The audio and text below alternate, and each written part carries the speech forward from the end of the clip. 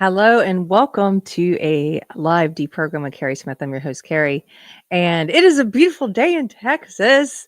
I hope that you are having a beautiful day. I'm in such a good mood. It's just lovely. There's a big reflection on me right now because my husband, he's about to drive away in this car. There's a car out there that's like reflecting, but look at all the natural light.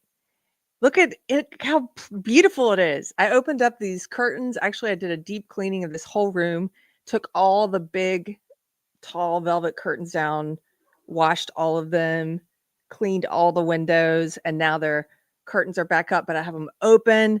And this glorious light makes me so happy. Uh, yeah, it's just beautiful outside. It's beautiful. And we've got our screen doors.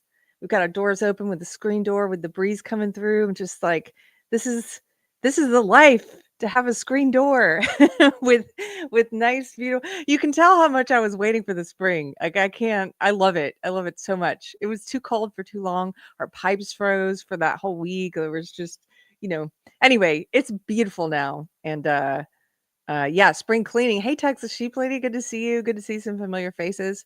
It's that kind of weather where, when the spring breaks and it's beautiful and you're like, I'm going to start doing stuff that I've been putting off. And we're doing a lot. We did go hiking yesterday after church, which was fun.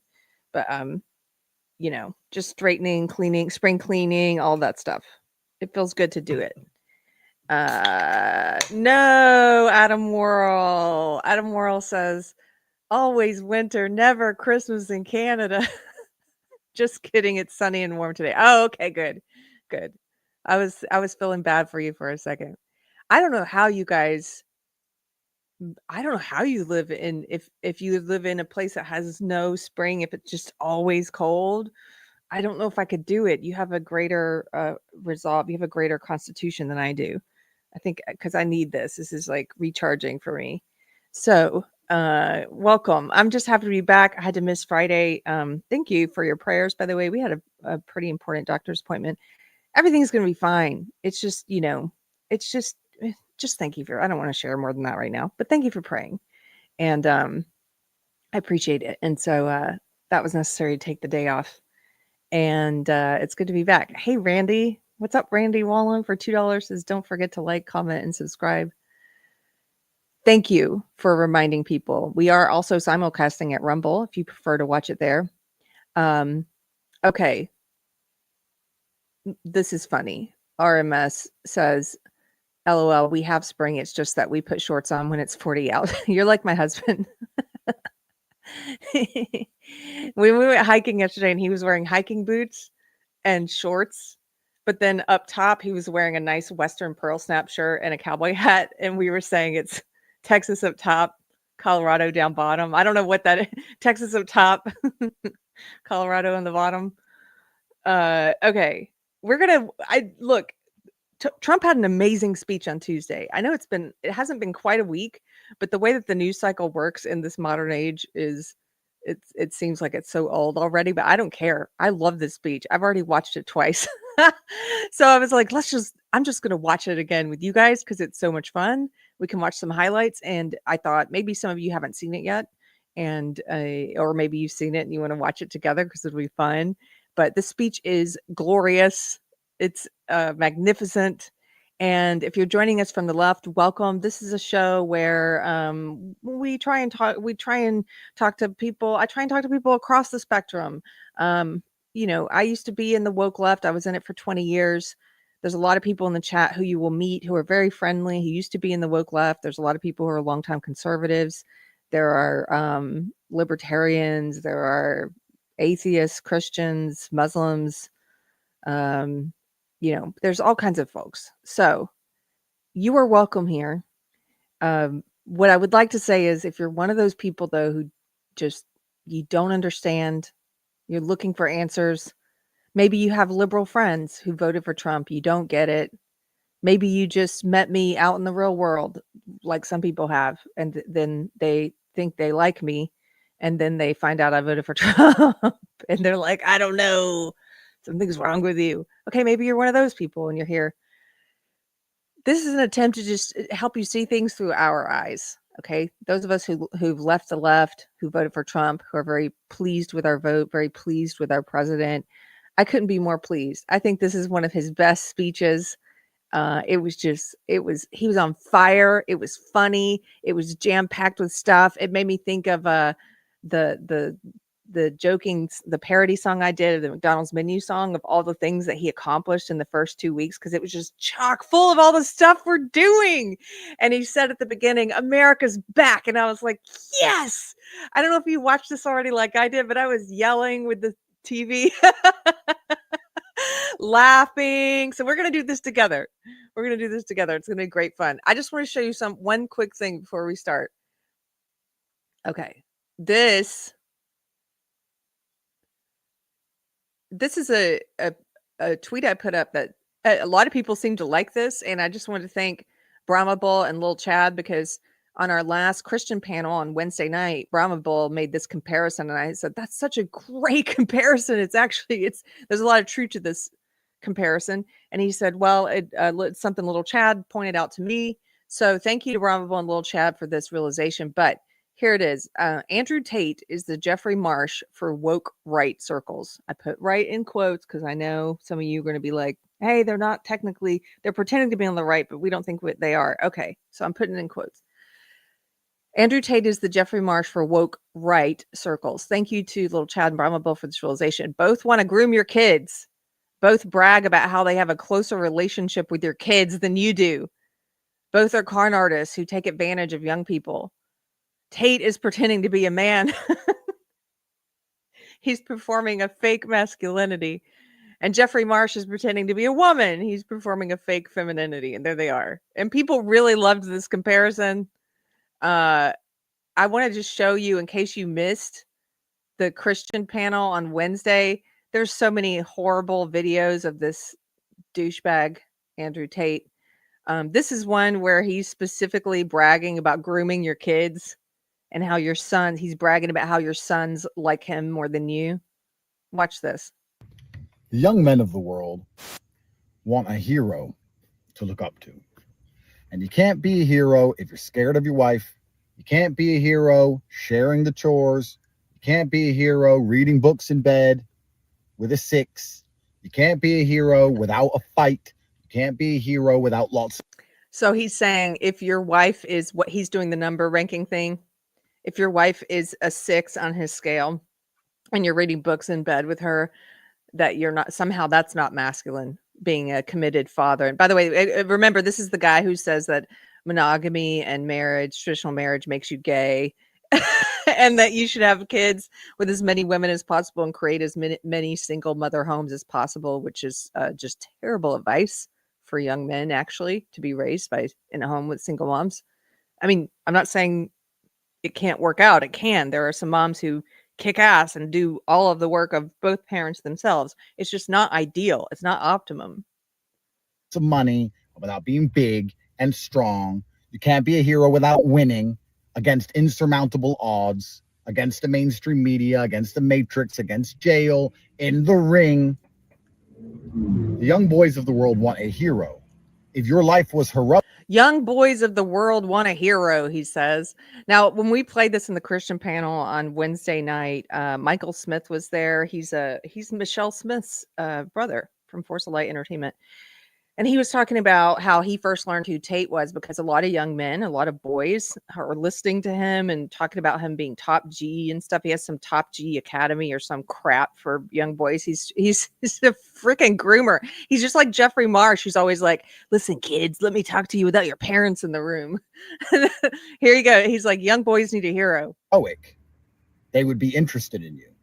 But you can sit on your podcast and pontificate about traditional masculine role. You're not a hero. Nobody gives a shit about you. I am the one who is suffering, which is why my life is so fantastic, because I talk about how great it is to have a hard life. I love getting arrested and thrown in jail, and having my house raided and guns waved at me. I love it. It's what I'm made for. All of you watch James Bond movies. I am that guy. You see, you watch James Bond where he's under the cosh and it's difficult and he has all this money and all these beautiful women. The bad guys are trying to lock him up. and you watch it and you sit there with your ugly wife. If James Bond was a sex trafficker and child rapist, okay. And then you go home with your ugly wife and you read books in bed. Your and then ugly you wife. mow the lawn. I live that. Think I give a fuck about this court case? Win or lose, it's a fucking story. I'm gonna win in the end because it's a story. If I go to jail or not, your sons are watching me. You can hate me, but your children love me. They don't love you, they love me. Did you hear that? That's the grooving part. Look at that. Your children don't love you, they love me. Your children love me. That's just like Jeffrey Marsh. Gross. Gross. Yeah. Hold on, let me remove this. Okay. Anyway, it was a great analogy. I thought it was a great comparison, and people seem to really like it because it's funny. That's what a great comparison is. It's funny, but it makes you think, and there's truth to it. There's some truth to it.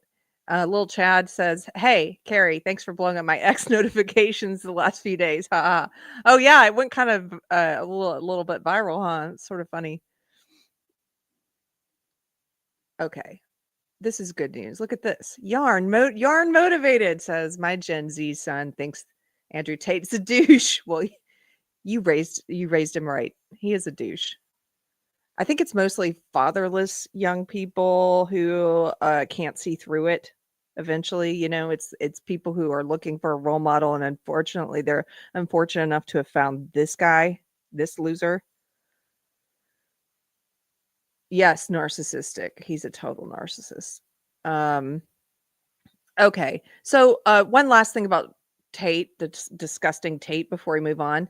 His little podcast tour is continuing, and there's other people who claim to be conservatives and claim to be Christians with very large platforms who've been just coddling him, praising him, propping him up, promoting him, pushing him on their conservative Christian audiences, trying to pretend like he's a good guy. I'm not talking about interviewing him, doing a hard-hitting interview. No. I'm talking about being a Tokyo Rose and like propping him up. So among those who have done that, let's see, Candace Owens has done it, Benny Johnson has done it, PDB has done it, and now the Hodge twins. Yeah, unfortunate, right? And people, bless their hearts, rightfully so, have been criticizing them like, why would you do this? Why would you coddle this guy? Hodge twins, you pretend to be Christians and conservatives. You have all kinds of posts up about Epstein and Hunter Biden and stuff and condemning grooming. Even this week, even yesterday, talk about being tone deaf. They have a post up yesterday saying they're trying to excuse talking about the Epstein documents. Like they said they're trying to protect pedos. And I said, well, so are you. So are you. I've lost respect for a lot of people. And yeah, it does affect what I think of you if you prop up, and because you would do the same for Epstein. It just tells me that you stand for absolutely nothing, that you're a total fraud. And I'm actually grateful to God for great revealings like this. We've been going through a period of great revealings, really helping me to weed out who I need to be listening to, who I think is full of dark or full of light. I'm not listening to any people who are full of dark. If you're going to push a child predator and a sex trafficker on me, try to pretend like it's a good thing. Why are you doing it? Why are you doing it? It's either money, because we know he pays people. It's either money or clout, or it's money because you're hoping to get more views from it or something. Money, clout, power, access to money, whatever it is. It's disgusting.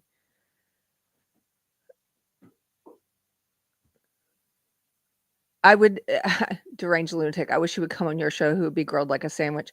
I would not have him. I don't do that kind of interview anyway. I don't do that kind of journalism. Megyn Kelly would do a great job, and she calls his ass out. I wouldn't have him on my show in any capacity whatsoever, ever. And it's so funny because he was bragging on X a few weeks ago or something about somebody else who was criticizing him, and he told that person, he said something like, or maybe it was his brother Tristan was bragging and saying, you would have us on your show in a heartbeat. No, no. I've seen people say that everybody has a price. No. Maybe you live in a world where it's such a pessimistic world where you think that's true. It's not true. I'm here to tell you there are good men. There are good men out there. There are good men who are speaking up against this guy, who are speaking truth. Truth. Just to name a few off the top of my head, the Daily Wire guys, Jeremy Boring, is that how you say his name? Boring. I'm not trying to insult him. I don't know if that's how you say it. Ben Shapiro, Seth Dillon, and Joel Berry from Babylon Bee, Billboard Chris, James Lindsay. These are some good guys who are speaking against this nonsense and are speaking truth. I've seen many of them. Chris Loesch, Dana Loesch's husband, badass. You know, there are good men out there. There are good women out there. Not everybody has a price. You know what? Jesus paid the price for me. He paid my price. There's nothing you can offer me, snake, serpent. There's nothing you can offer me that's going to be worth that, even close to that. Why on earth would I trade my very soul for dung? It's what Paul talks about in the Bible as dung. All of the earthly accomplishments, all of it dung. It's all dung. It's all nothing. I would lose all of it to follow Jesus. You think I'm going to trade that in? It's like, what is that story in the Bible? It's like trading in your birthright for a bowl of soup. It's just, let me tarnish my very soul and prop up and praise a child predator. What, for dung? For clout, money, fame, views? Screw that. You're crazy if you do that. You're crazy. And you think of your soul. You hold your very soul in such little esteem if you do that. I can't even believe it. I can't even imagine it. Ben Shapiro and Jeremy Boring are joking. I'm not joking. I'm talking about men who have stood up against Andrew Tate, and they're two of the men who have. It seems like you're talking about something else. So let's go on to, I'll give you a minute of the thing you want to talk about. Ben pushed the jab. Yeah, I remember that. And I loudly disagreed with him when he did it. And called us morons for not taking it. I don't remember him calling us morons, but if he did that, that's low character. And he condemned the January 6ers immediately. Another bad decision. I'm not talking about that. I'm talking about men who, I'm not talking about bad calls of his in the past. I'm talking about correct calls of his right now. Okay. Everybody has a price. Haha. Yeah, exactly. It's funny because it's ridiculous. Anybody who would say that, it reveals to me like there's such a dark, pessimistic view of the world. And you know what that means is they have a price. They're in darkness. They are so cheap that they think everyone is cheap. It's just like how like normal people think everyone is normal. Narcissists think everyone's a narcissist. Like some of them don't realize something's wrong with them.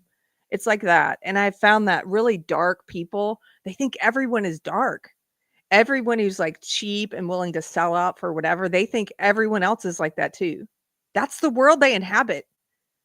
I've seen, for example, on X, I've seen men say stuff. I've seen people say stuff like, where they basically reveal that they don't think there are any upright, good men in the world. And I'm like, are you kidding me? That means you don't know any.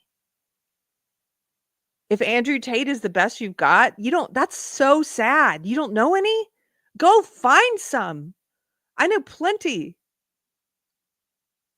Thank God. Praise God. I've met several through my church. Go meet them. Find them. There are upright men out there, and not just through my church. I've met plenty. Some of my gig jobs in town. I've met plenty at my husband's shows. Like, if you don't know any good people, like, oh my goodness, no wonder you have such a dark view of the world. Okay. Good grief, says my dad was a truly good person and faithful to the end. It hurt my heart when people started calling men trash. Yes. It hurts your heart because you know how good men are or can be.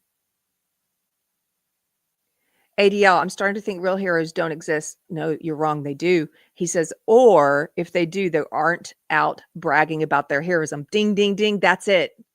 You nailed it. The good men I know, they don't, they're not what's Andrew Tate do to get famous? He started an OnlyFans porn company. He's selling pornography and doing podcasts and grifting off of men, shaking men down for their life savings for access to these women. He's selling sex, prostituting women. Do you know what good men are doing? Like, they're out digging ditches. They're putting up power lines. One of my gig jobs now is bartending a few nights a week.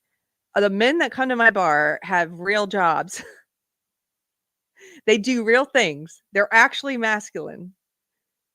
They come to the bar with dirty fingernails. Of course they do. They're doing real work all day. They're badass.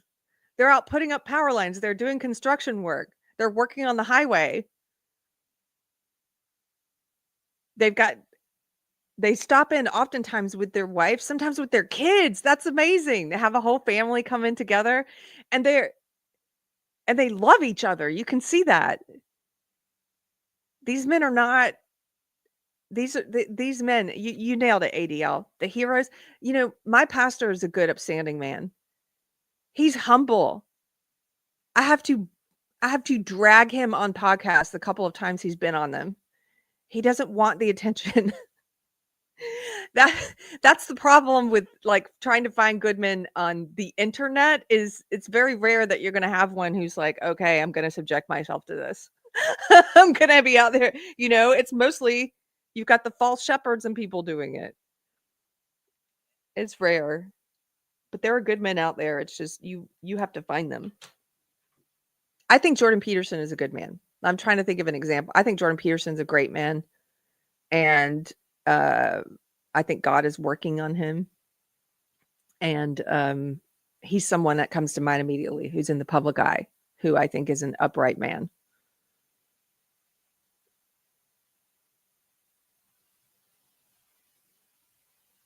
Yes, exactly, Mark. A good man is hard to find because they don't seek attention. There's a Bible verse about, you know, how you shouldn't praise yourself.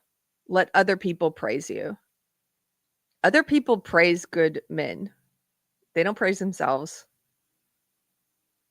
By comparison, look at some of these false shepherds we've been talking about recently, these woke right false shepherds, like Eric Kahn, Joel Webben, some of these guys online. All they do is praise themselves. Dirty, dirty fruit.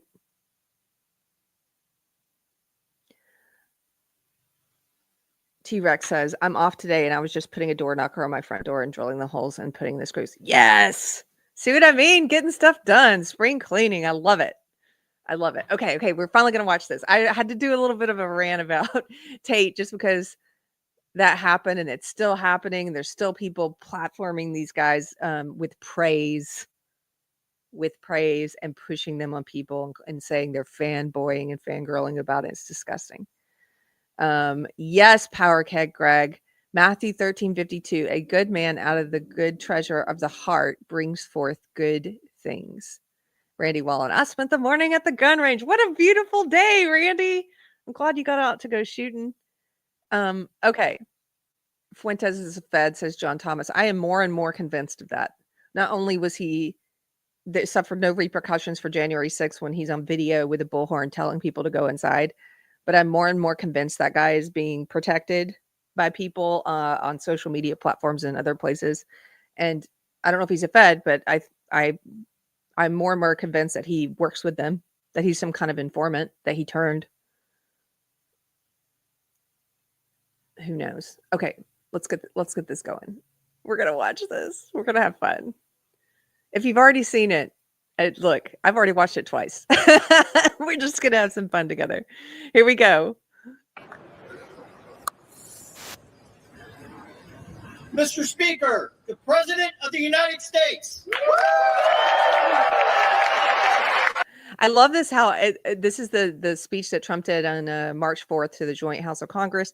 And the whole thing, there's like the shaky cam and you see them like come in and oh, wait.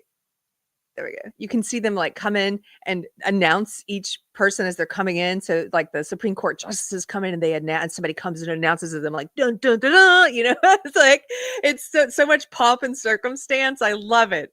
It's like an event. And so at this point, everyone's been introduced. His cabinet, you know, and everyone. And so now finally, the president of the United States. Here he comes. I just need some like Rocky music playing.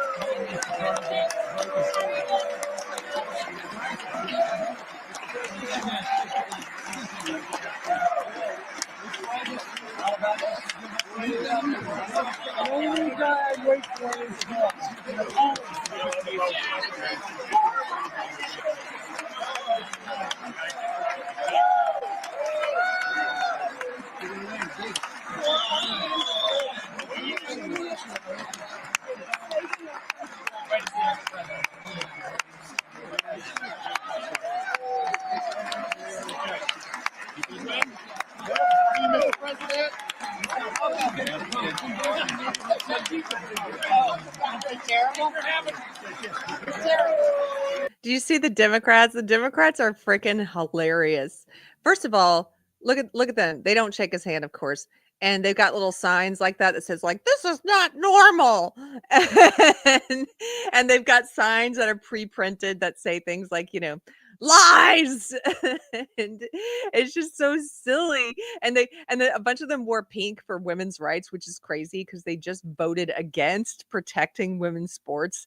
They're a joke. At this point, the Democrats are a walking joke. I don't know if I will ever be able to vote for a Democrat again.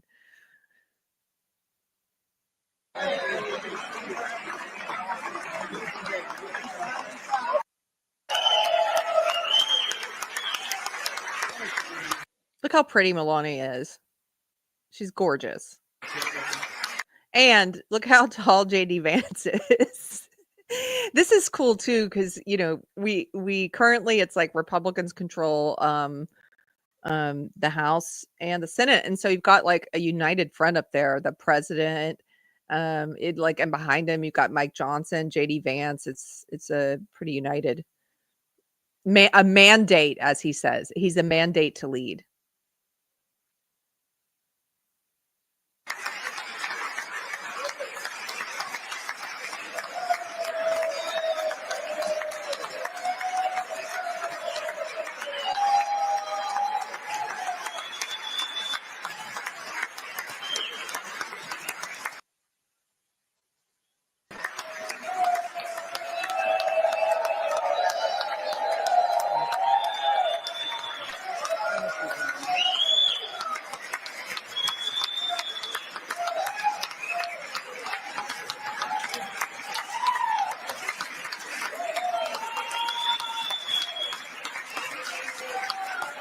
Thank you.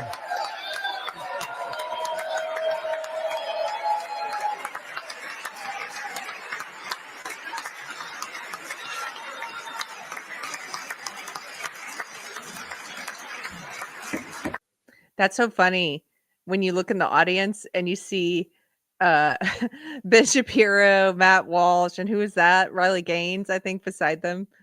You just see that. I don't know. Whenever I see Matt Walsh, I laugh because of his documentary, which was so funny. Am I racist? Of this capital. Okay, here we go. Of this capital, and proclaim the dawn of the golden. Wait a minute. I have to back up. We have to hear from the very beginning.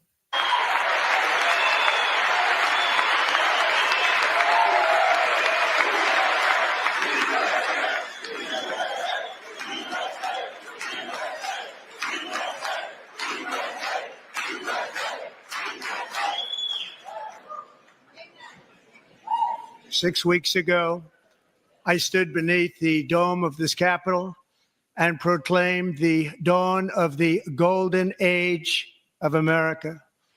From that moment on, it has been nothing but swift and unrelenting action to usher in the greatest and most successful era in the history of our country. We have accomplished more in 43 days than most administrations accomplished in 4 years or 8 years. And we are just getting started. Yes, we are.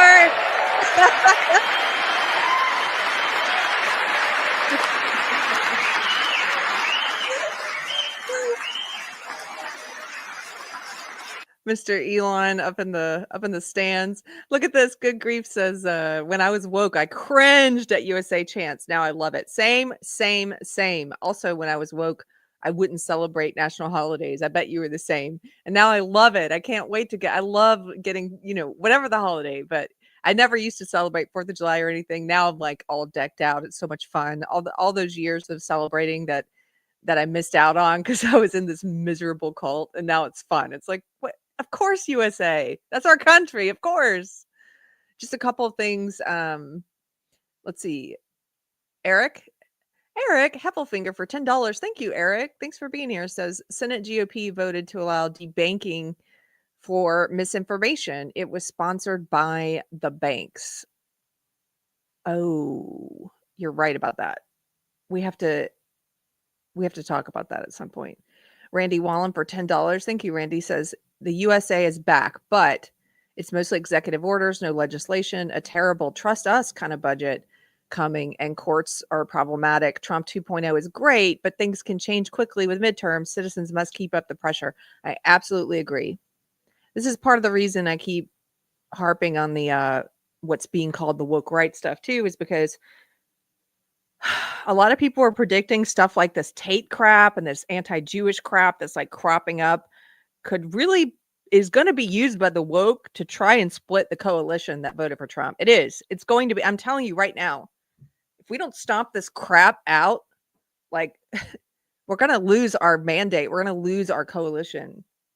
It's insane. I almost feel like these people are trying to tank MAGA, people like Fuentes and stuff. Of course he is. He didn't vote for Trump. He told people not to vote for Trump.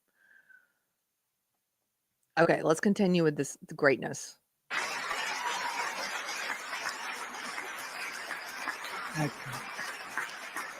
I return to this chamber tonight to report that America's momentum is back, our spirit is back, our pride is back, our confidence is back, and the American dream is surging bigger and better than ever before.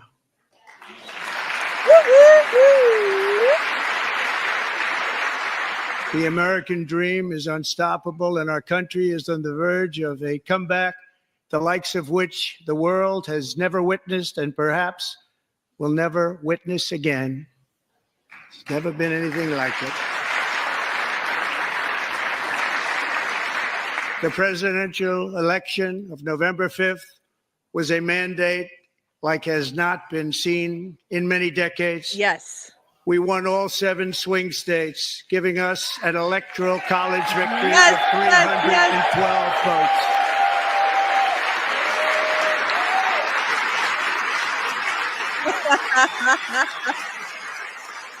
Look at these whiny bitches in pink with their stupid signs, and they're not clapping about anything. And you could hear some of them groan and go, oh, they don't want to hear him bragging. They don't want to hear him bragging about how big the defeat was, but it was. It's important that he mentions it because he does have a mandate from the American people for all of this change, for all of this progress, for everything that he's working on. But of course he's Trump. Of course he's going to brag.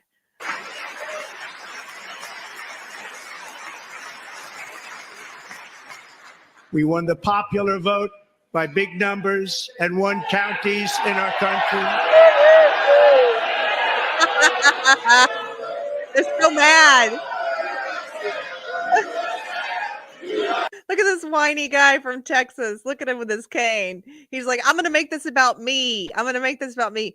You know what? This is about to get great. If you haven't seen this yet, this is great what's about to happen. Because you know what? Trump just said America's back. The adults are back in the room. And we're not putting up with this crap anymore. If you try and interrupt something where everybody else is there to hear, if you don't allow them to hear, it's like you think that you have the right to squash their freedom of speech, their freedom to hear.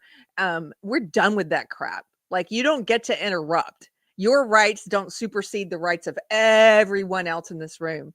And so this whiny guy from Texas, let's watch what happens.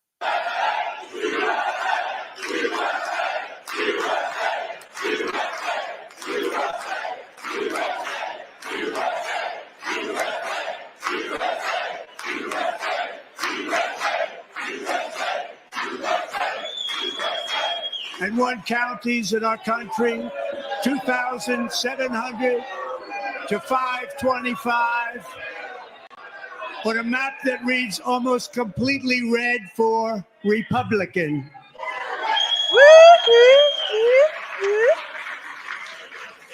Now, for the first time in modern history, more Americans believe that our country is headed in the right direction than the wrong direction. In fact, it's an astonishing record, 27-point swing, the most ever. The most ever.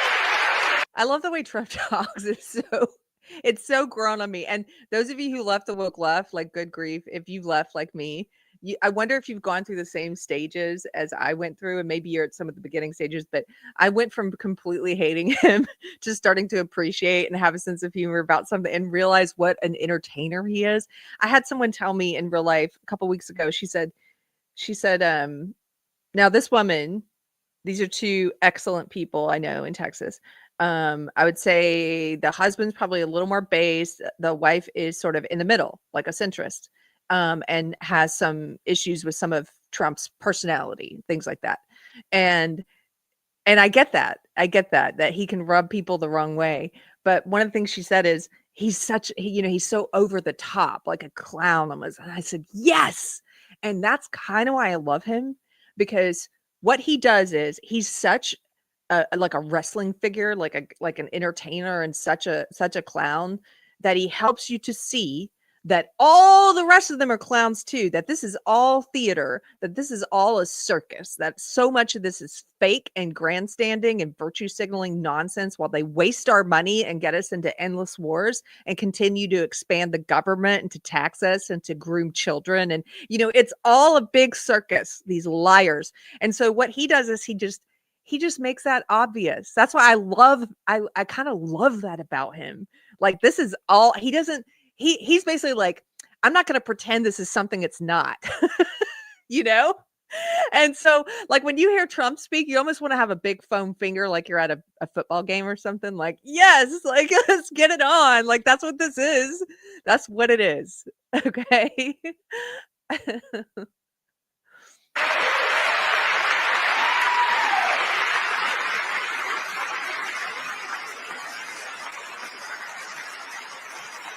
Likewise, small business optimism saw its single largest one-month gain ever recorded, a 41-point jump.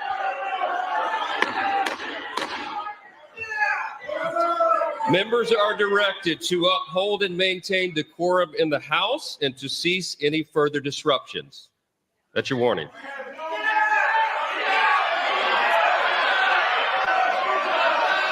Members are engaging in willful and continuing breach of decorum, and the chair is prepared to direct the Sergeant at Arms to restore order to the joint session.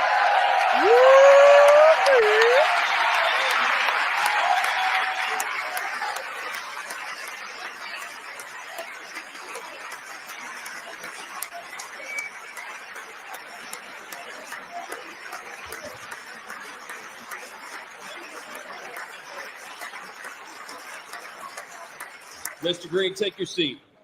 Take your seat, sir. Take your seat. Wow, look at him. Look at him. Look at him. Look at this guy. He's yelling. He has no mandate. Wrong. Lie.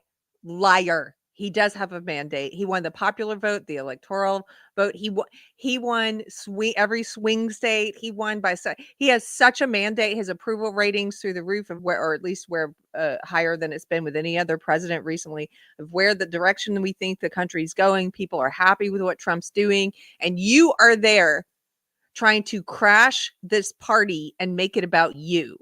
It's like you're like a wedding crasher but not just the kind who goes to have a fun at the party. You're the kind who interrupts the wedding or something. Like, you're the kind who causes a scene. You're the BPD relative that you can't take out to any kind of event because they're going to cause some drama and make everything about them. You're the BPD relative that you can't take to a wedding because you know they're going to start some crap. They're going to make the day about them somehow because they can't stand to see it be about someone else. That's who you are, Al Green. And you suck. You're the sucky Al Green. You're not the cool Al Green.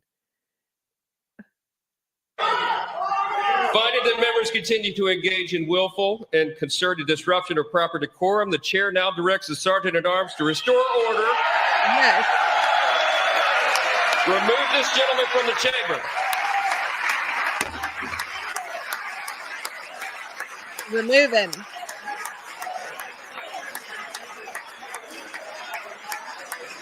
Throw him out. The adults are back in charge, baby.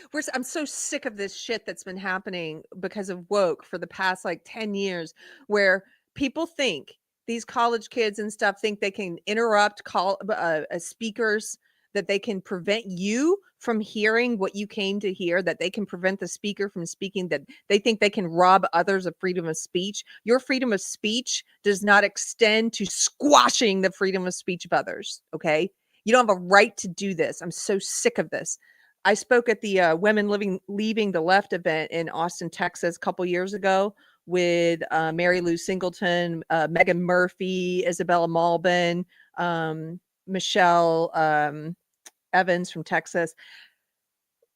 There were people who paid to be there. This was at the Austin Public Library. They paid money for tickets to be there. Not only were they harassed, and people took photos of them and threatened them on the way into the event, but once they got inside, they could barely hear what we were saying, even though they paid money to be there and to hear it. They could barely hear because all the protesters banged on the windows and screamed and did air noise horns forever, and the cops wouldn't do anything about it. It is your job to do something about it. They're disturbing the peace. They're interrupting an event. I am so happy to see this played out in the way that it did, because this is the example we need for other contexts. If you show up and you try and be aggressively incivil and to push your push your view on everyone else and to say my rights supersede everyone else's, you need to be tossed out.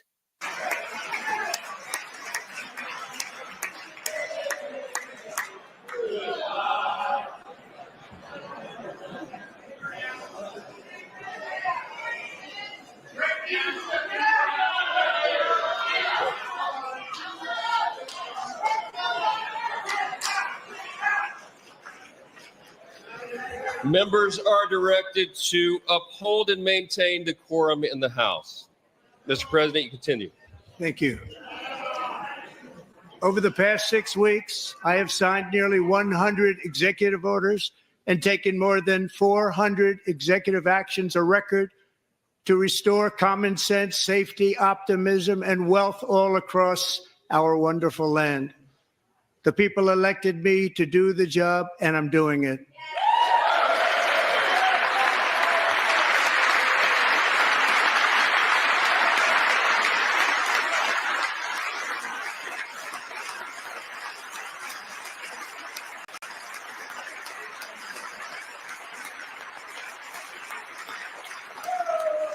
In fact, it has been stated by many that the first month of our presidency, it's our presidency, is the most successful in the history of our nation. By many.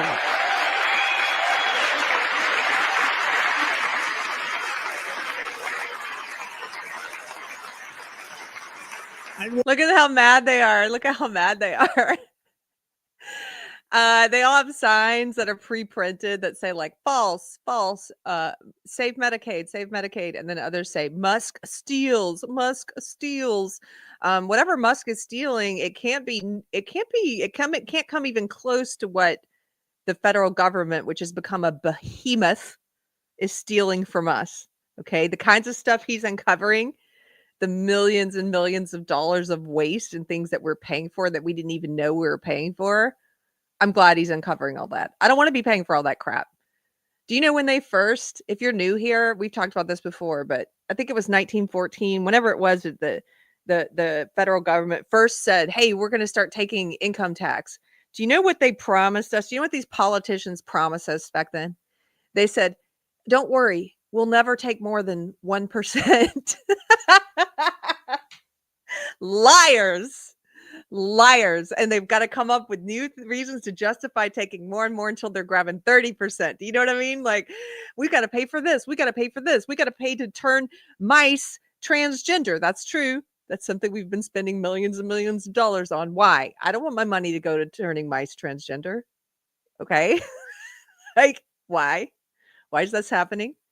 So yeah, I just think their signs are kind of hilarious. Now, this part of Trump's speech cracks me up. He says, we've been more successful than any president in history. Some people say. He does that thing he does. Some people say. Watch this. What makes it even more impressive is that, do you know who number 2 is? George Washington. How about that? How about that? I don't know about that list, but we'll take it. This is Trump at his best. At his best. He's funny. He is being full of himself, yes, but in a funny way. And you're kind of like, is he joking or not? I think he's partially not joking. But it cracks me up because you know how mad it makes them for him to say something so ridiculous. It's like, we're the most successful presidency ever. Some people are saying we're number 1. Some people are saying even more successful than George Washington. Some people say. It just, come on, you gotta laugh at this, leftists. If you're here to hate from the left, just for a second, you gotta laugh at how ridiculous it is. It's funny. It's funny that he would say that. I'm number 1.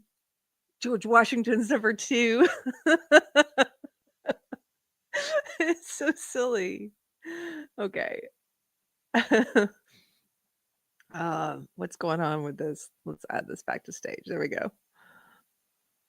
Within hours of taking the oath of office, I declared a national emergency on our southern border, and I deployed the U.S. military and border patrol to repel the invasion of our country. And what a job they've done. As a result, illegal border crossings last month were by far the lowest ever recorded, ever.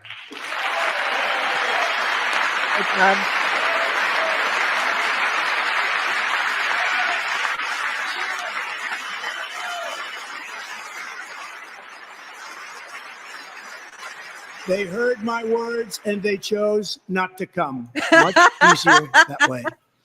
In comparison, remember when he famously said, "Don't come to if you're planning on coming here illegally, don't come." He's like, they heard my words and they chose not to come.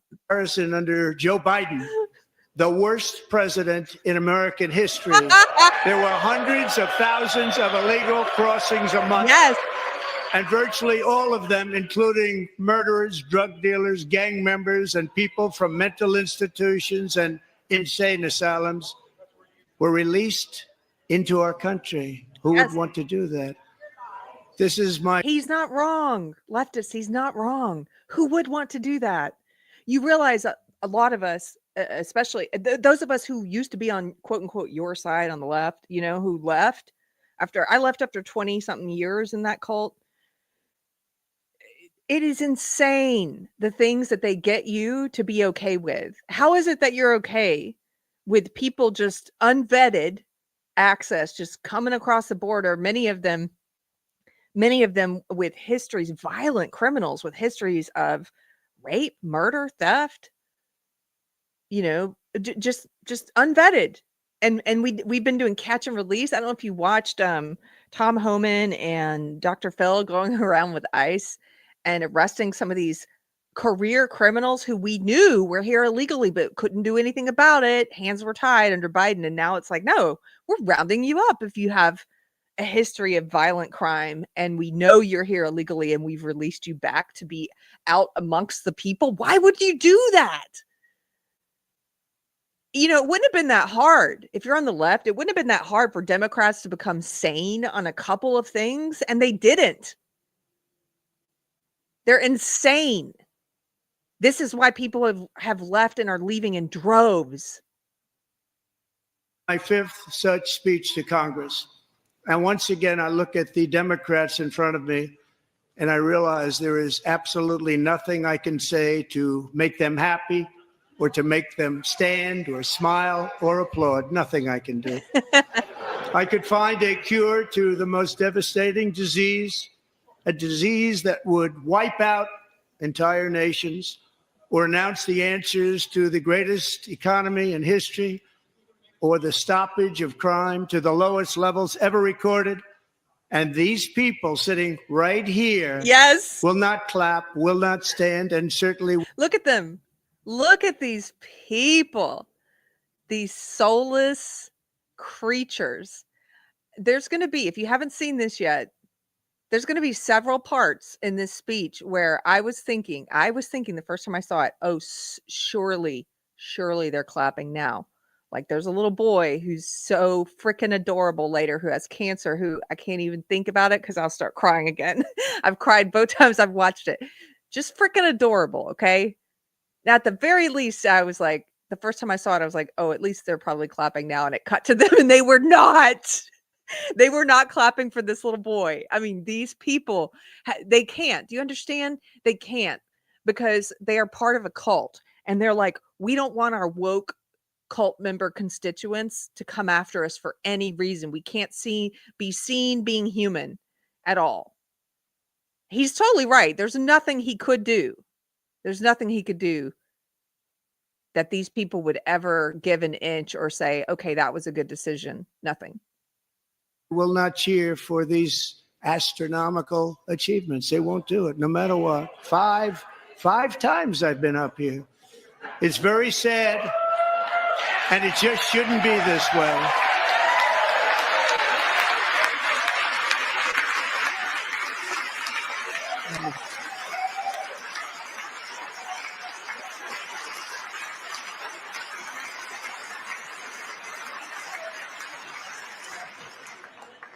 So, Democrats sitting before me, for just this one night, why not join us in celebrating so many incredible wins for America? Why not? For the good of our nation, let's work together and let's truly make America great again. No, I don't think I will. You know, that's what they look like. They're like, no.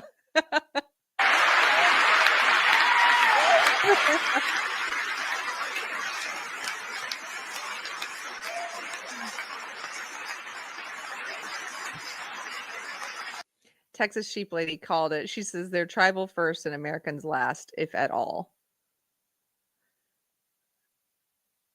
I just wanted to share this. Maggie Two Sticks is here. This is from earlier when Al Green got escorted out. She said, Al Green is so disgusting. I've stood next to him in person, and he's greasy and smells like hair oil. He's creepier in person. Ew. Toso Tobbs says, can you be an ex-woke believer and don't like Trump either? I mean, yes, obviously, of course you can. And I think you saw during 2020, there are people who were liberals who had left the woke cult or started speaking against it, but who still did not vote for Trump. And at the time, I was like, what? Like, how could you not? I was already, I was one of the people who cried when he won in 2016. But by 2020, I was like, duh, of course I'm voting for him. I don't want Biden in there. Are you kidding me? I don't want woke in there. So I voted for Trump. And there were people who didn't. There were some, I don't think Brett Weinstein did. And I really respect him. Weinstein, sorry. Weinstein. No, it's Weinstein, Brett Weinstein. I don't think he voted for him then. I don't think James Lindsay voted for him then.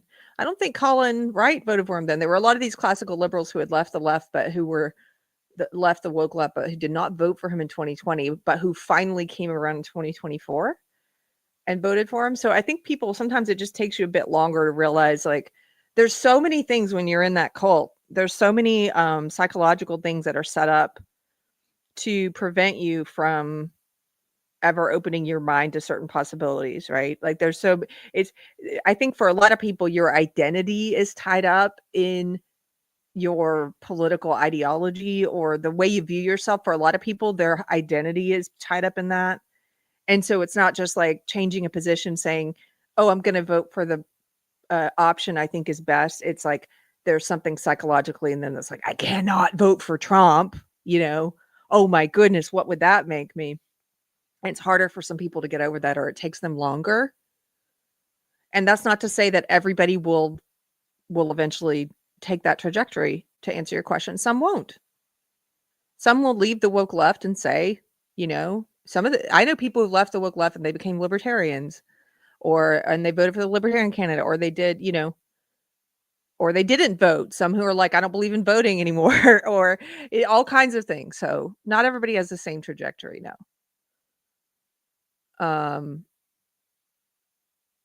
Okay. Also, it looks like Brazen Bee Beauty is somebody who newly left the woke cult. Good to see you. Says, I've always been a body autonomy absolutist, and being told what to do was not okay. I hear you. COVID really brought that to light, didn't it? I know that's what you're talking about. Because you're like, all of a sudden you realize they're liars. They're liars. I realized during COVID, I had already left the woke left by then. But during COVID, it opened my eyes to even more layers of this crap.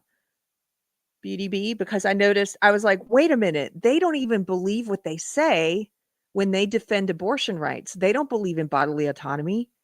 They're liars. They don't believe in my body, my choice. They're liars. They just believe in abortion. And I would respect them more if they were just honest about that and said, hey, we're not pro-choice. We're just pro-abortion. That's what they are. They're liars. That pushed me so much further away from them. Yes, Brazen Bee Beauty, you get it. After that, I was like, wow. I went to there were a couple of women's rights protests around that time. There was one in Georgetown, and it was after Roe v. Wade was overturned or something. And I went with a sign that was like, basically like, you're all just pro-abortion. You're not pro-choice. It was a satirical sign. It was like, pro-choice except for vax mandates and mask mandates, etc. Right? Like, that's what they are. They're liars.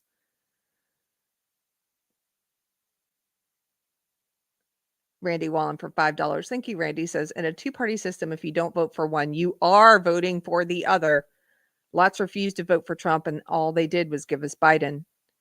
I agree. I eventually came to that same conclusion, Randy. But I did go through a phase, you should know, and I think a lot of people do. I went through a phase where, after I left the woke left, where I was reading a lot of quotes. I think one was from James Madison, and things that were talking about you should vote your conscience even if you think you're not going to win. And I did go through a phase where I couldn't vote for the quote unquote lesser of two evils. I didn't stay in that phase long. I eventually got to the place where I was like, oh, no. I think it's worth it to vote to make sure Biden doesn't get in there. I'll vote for Trump, of course. Before I even really liked him that much, I was like, I looked at them, I evaluated them in 2020, and I said, Trump is the most liberal candidate. If you look at what the word liberal actually means, classical liberal, he's the most liberal candidate, whereas Biden was the communist Marxist candidate who wanted to restrict free speech, who wanted to force vax, and that whole party was like about forcing things on people's bodies. Like, if you lined them up side by side, Trump was more liberal.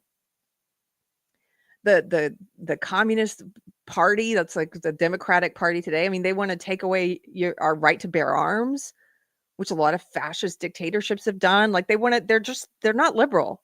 They're not liberal anymore.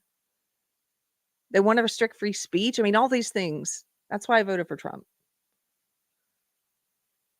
Okay. We'll get back to it.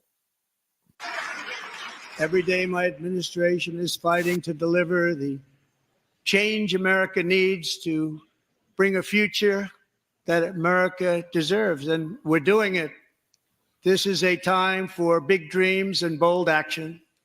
Upon taking office, I imposed an immediate freeze on all federal hiring, a freeze on all new federal regulations, and a freeze on all foreign aid. Yes. Let me tell you, leftists, real quick. Freezing foreign aid is not a bad thing. He did a temporary freeze on all of it. I think it was for 90 days or something till we can figure out where it's going and if we want it to go there. And, that's great. That's like balancing your checkbook when that's like, why are we in all this debt? Let's figure out where the money's going. Let's reevaluate. Let's cancel all those subscriptions we have that we forgot about that we didn't know we were still paying for, things like that, right? Like, it's okay. This doesn't mean, I know the corporate media is lying to you and saying, oh my gosh, he hates helping people. No, that's not true. We're freezing everything to figure out what do we want to continue paying for.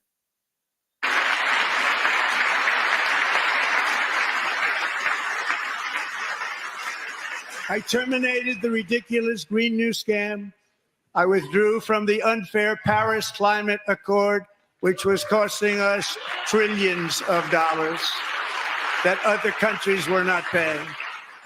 I withdrew from the corrupt World Health Organization. Thank you. Thank you. I mean, there's so many things he's done that's worth my vote alone. This is one of them, withdrawing from the World Health Organization. Thank you. The Paris Climate Accord. Thank you. That's worth my vote alone. And I also withdrew from the anti-American UN Human Rights Council.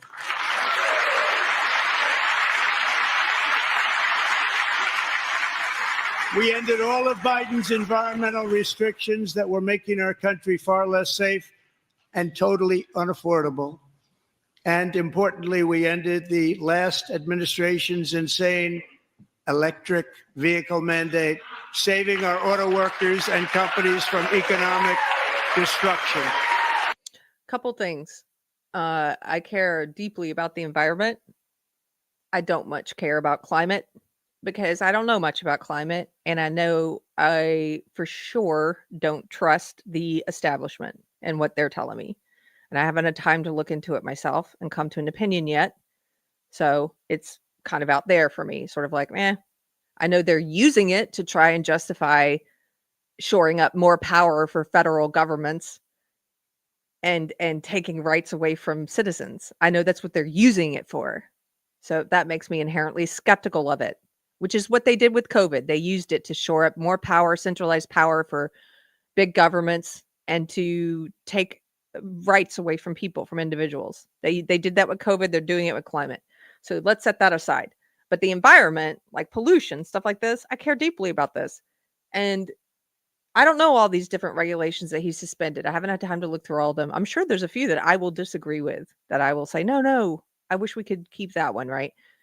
There's going to be things that you disagree with Trump on. That's normal. Back before the woke made us think that cults were what's normal. Cults are not what's normal.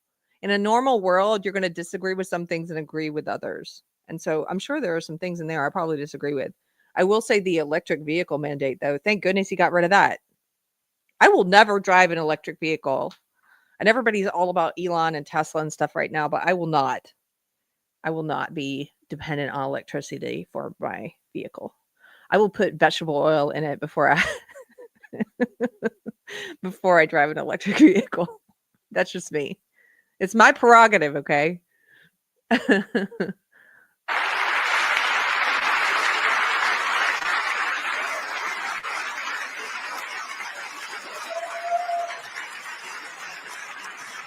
To unshackle our economy, I have directed that for every one new regulation, 10 old regulations must be eliminated, just like I did in my very successful first day. Thank you. I love this. It's such a common sense thing. This isn't about partisanship. This is so common sense. If you want to do a new federal regulation, then you have to get rid of 10 old ones because we have too many regulations. We have too many things that are hamstringing individual liberty, that are hamstringing progress and inventions and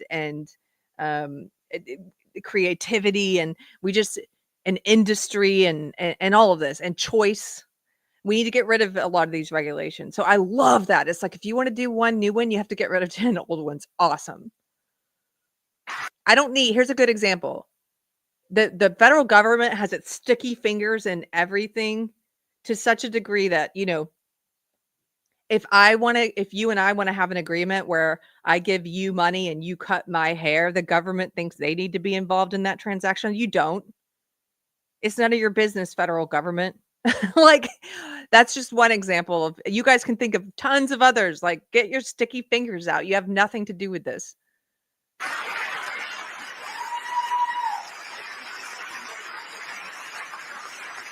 And in that first term, we set records on ending unnecessary rules and regulations like no other president had done before.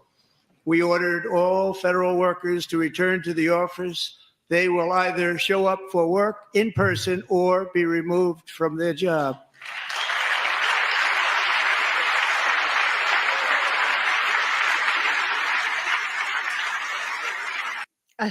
Is that Marjorie Taylor Greene? It looks like her hat says Trump was right about everything. Oh my goodness. So again, you guys need, if you're on the left, you need to have a sense of humor instead of just hating on her. How freaking funny is that? Part of the reason it's so funny is because we know it bothers you so much. And we've ended weaponized government where, as an example, a sitting president is allowed to viciously prosecute his political opponent, like me. How did that work out? Not too good. He said we're going to stop you from viciously politically persecuting your political opponent. He said, like me, like Biden, its administration did to me. And then this little boasting at the end is just classic Trump. It's so good. It's so delicious. He's like, how did that work out for you? Not too good, did it? So much, just pouring. He's just pouring salt in the wound. This is when the kids say, like, let him cook. Let him cook. He's cooking.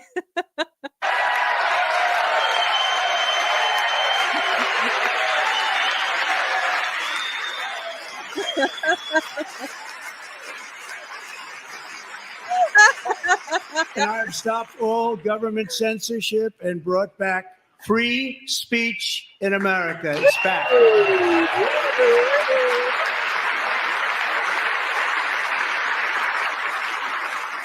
Leftists, if you're curious what that's about, you need to go read the Twitter files. I say this all the time. Please go read the Twitter files, go read the Facebook files, go watch Mark Zuckerberg's statements before Congress about how under Biden, the administration, the federal government was impeding on our free speech rights. I think it was criminal what they did. They were leaning on social media companies to do censorship for them. It's disgusting. It should not be a partisan issue. It's disgusting what they were doing.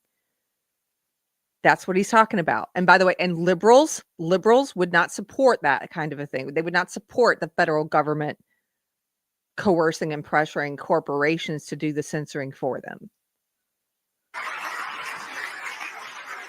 And 2 days ago, I signed an order making English the official language of the United States of America. This is just one of those that I think is meant, again, just to rile them up because, of course, it's the official. I didn't know it wasn't already the official language. So, I mean, it pretty much is. But the fact that he's making it that, I mean, who cares? It's not a big deal. I lived in Tanzania and East Africa for a while. They have the official language of Tanzania is English. I think Swahili is like, maybe they have two official languages. English and Swahili. But it's not a big, it's the language that's most commonly spoken here. It's not most commonly spoken in Tanzania. They made it an official language there to try and make sure that people learned it. But this is one of those things that, I think he did it just to rile up the left a little bit.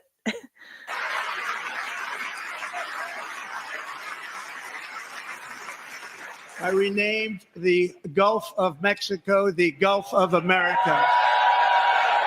Like this one. I think this one was meant just to rile them up. And all these leftists I saw, it really did. I saw a thread on Facebook yesterday. They're so angry. They're piling on some weatherman, some local weatherman somewhere, and they're trying to get him canceled and fired because in his weather report, he mentioned the Gulf of America, and all these leftists are in the comments like, how dare you? I'll never watch you again, weatherman. They're so mad. It's the Gulf of Mexico, weatherman. That's what they're saying. And I want to say to them, like, stop dead naming the Gulf of America, okay? Isn't that what they say about trans people? If you call Elliot Page, if you call Elliot Page Ellen Page, they're like, stop dead naming. Okay, so stop dead naming the Gulf of America.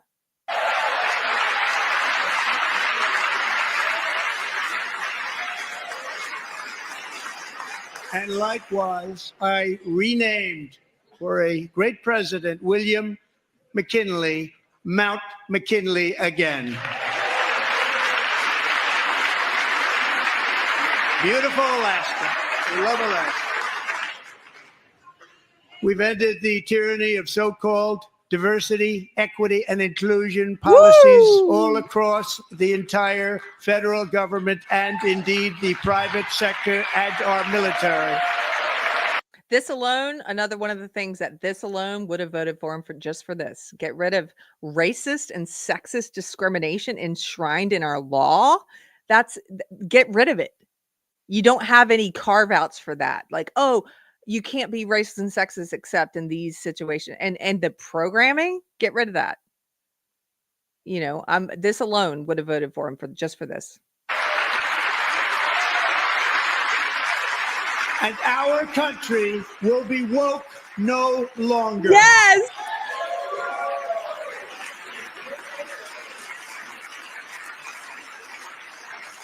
We believe that whether you are a doctor, an accountant, a lawyer, or an air traffic controller, you should be hired and promoted based on skill and competence, not race or gender. Yes. Very important. Yes.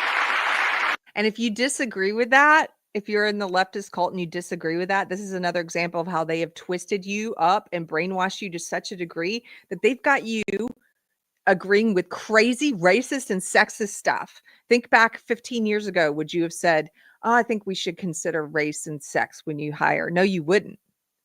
They've got you doing that now. Crazy stuff.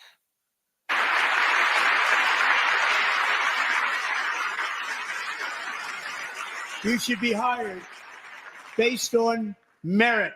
And the Supreme Court, in a brave and very powerful decision, has allowed us to do so. Thank you. Thank you very much. Thank you. We have removed the poison of critical race theory from our public schools, and I signed an order making it the official policy of the United States government that there are only two genders, male and female. Thank you. Thank you, President Trump. I cannot believe we let things deteriorate to such a degree to become, in 2025, to become such a crazy anti-science, backwards, religious, woke cult society that we got to a place, an anti-science place, where that even needs to be said for the purposes of law, right? That's insane. That there are enough lunatics who believe this now, people who have been made into lunatics by a cult ideology that spread. That's insane. Thank you for doing it.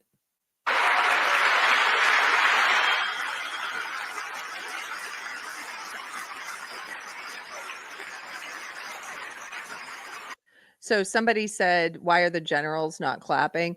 The generals and also the Supreme Court justices are not clapping. They don't usually clap ever. They try and remain impartial. So they don't usually clap no matter who the president is. I also signed an executive order to ban men from playing in women's sports.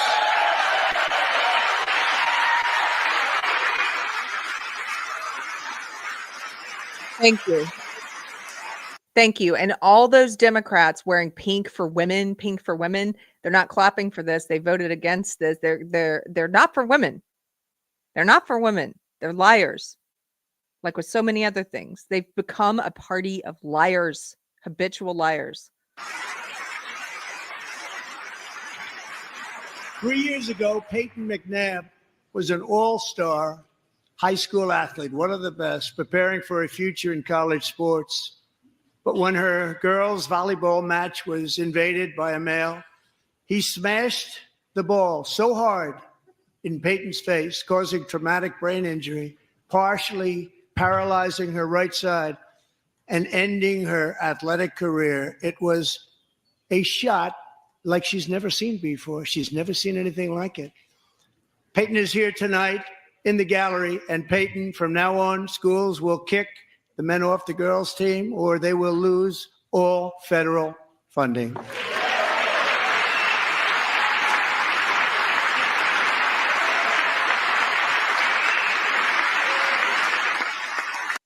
I want to show you guys this. Let me take this down just for a second. Hold on. I've got this new layout thing in it. There we go. So this is one of, I mean, there are so many terrible stories about men and women's sports and how many medals they've won that are supposed to be women's medals. I think it's something like 600 right now. It's something insane. They're taking women's scholarships. They're taking positions on Olympic teams, college teams that were set aside for women.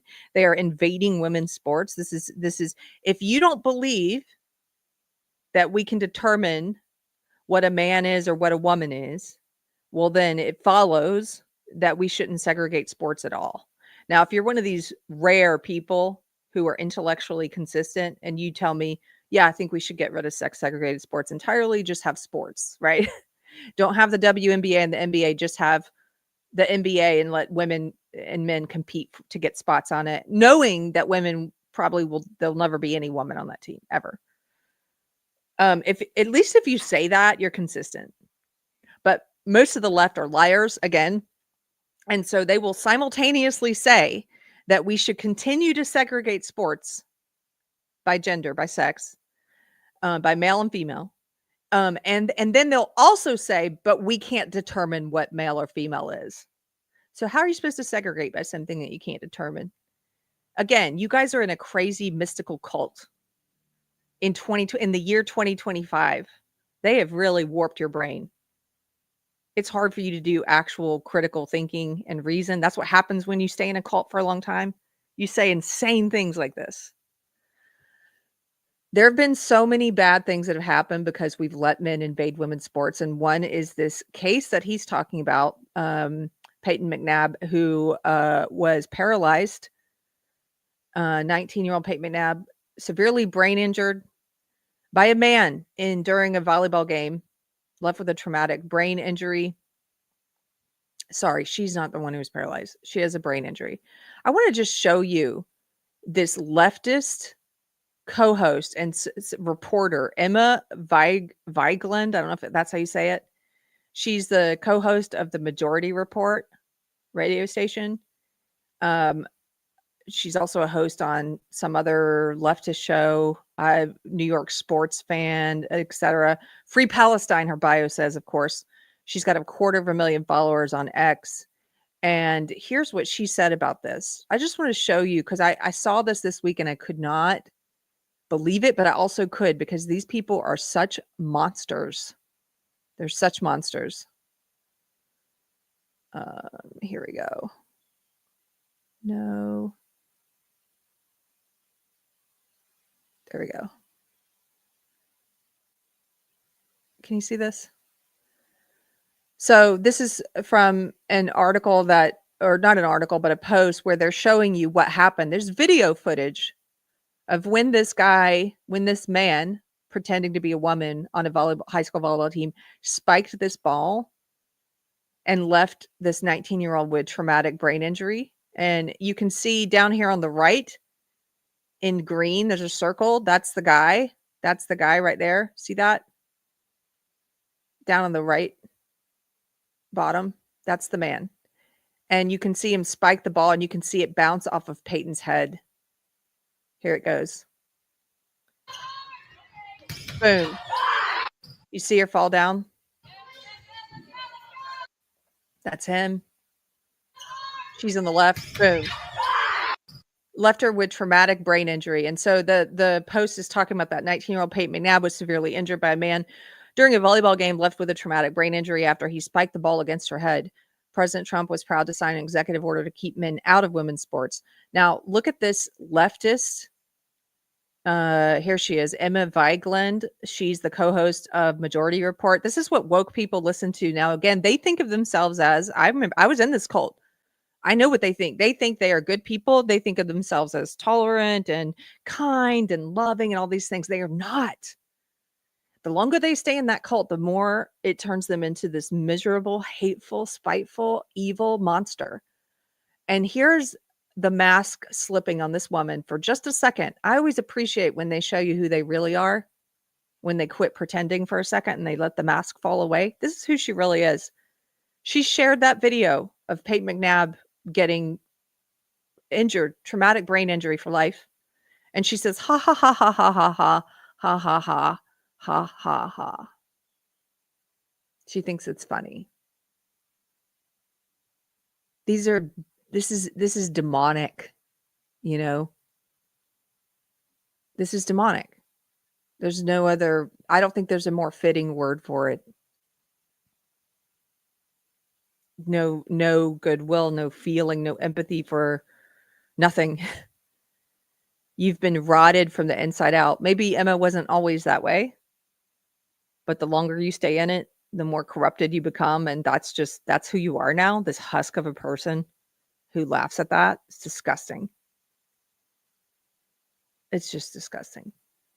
Okay, we're going back to the speech. I had to show you that because it was related to Peyton, who was in the audience, who Trump is talking to.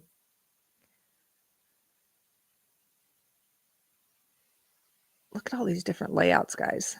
Let's do this one. Okay, here we go.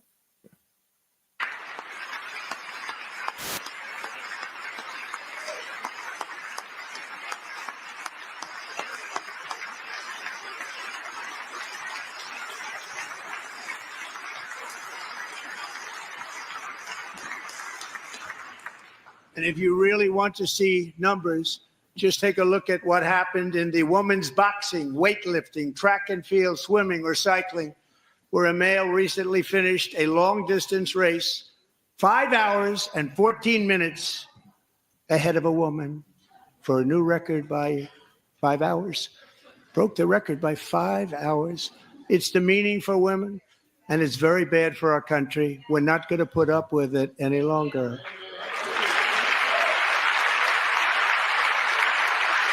Thank you, President Trump. That's Riley Gaines that he's showing there. I just want to answer this question. Yes, thank you, John. That should never have happened to her. I want to answer this question because this is a practical thing where sometimes people are like, hey, how do I answer this or how do I answer that if somebody says this? So in the chat says, I agree with segregating men and women's sports, but if that ball impacted on a male team member, why would the injury be any less? It wouldn't. I mean, potentially, but we're talking in what ifs. So if somebody were ever to ask you that, if they're like, well, what if there were a female opponent who spiked the ball in just that same way with enough force that it gave a brain injury? Like, okay, we're talking about hypotheticals and what ifs.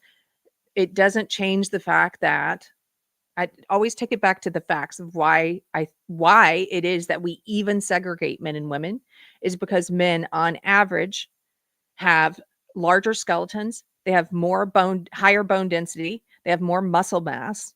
They are stronger. They are faster. They are taller. They're larger. They're more likely to do damage. And Pate McNabb is not the only example. Fallon Fox comes to mind. Fallon Fox is a man who competes in mixed martial arts, MMA, as a woman who's, supposedly transitioned to being a woman. Fallon Fox has fractured the skull of one of his female opponents. If it were to happen on an equal, even playing field, that's also a tragedy. But that doesn't mean we should purposefully allow the playing field to be unequal so that it's more likely to happen. It doesn't justify having an uneven playing field, an unequal playing field. There's no sportsmanship and allowing men who have a physical advantage to compete against women. That's how you answer that if somebody asks you that, in my opinion.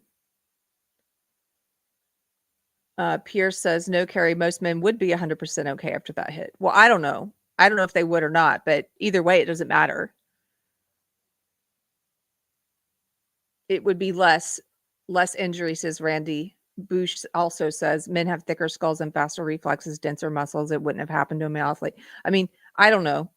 Maybe there's some world in which it could have. I have no idea, but that's what the guys are saying. I'm gonna go with what the guys are saying in the chat.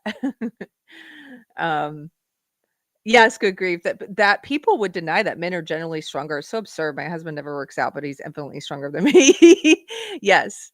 Yes, of course. And also sometimes, here's another little practical tip. If you're arguing with a leftist and they're saying stuff like this, a lot of times they don't understand bell curves. So if you're having a discussion with someone on the left, try and figure out if they actually understand averages and bell curves or not. And don't insult them. Don't be insulting. If you want them to listen to you, don't insult them or don't try to make them feel stupid, even if they are stupid. But or ignorant. That's maybe a better word. Maybe they're ignorant and they don't understand. They genuinely don't understand averages or bell curves. If you figure that out, you can sometimes illuminate the issue better for them and you can illustrate it better for them by just quickly explaining that. Where here's a good example. If a leftist says, well, men are not always faster and stronger than women. I'm a woman and I can run faster than my little brother. Okay, I've heard someone say this before. Really? And so what I would say to that is, yeah, but you and your little brother are not elite athletes. You're not the best of the best. On a bell curve, a distribution of traits of strength and speed and running and stuff like that. You and your little brother are not you're not an outlier.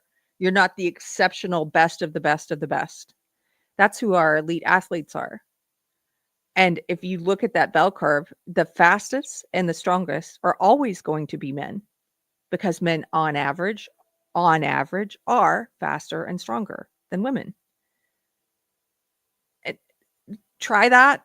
They still may not get it. They still may have some trouble. If you even say bell curve, they may be like, what? But try and explain it that way. Say you and your little brother are not elite athletes. You're not the best of the best. Okay. Oh, I don't think you're a leftist.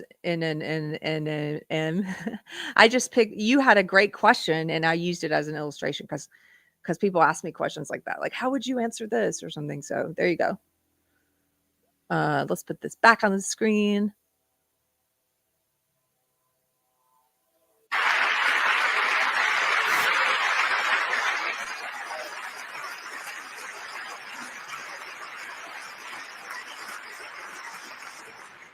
What I have just described is only a small fraction of the common sense revolution that is now, because of us, sweeping the entire world.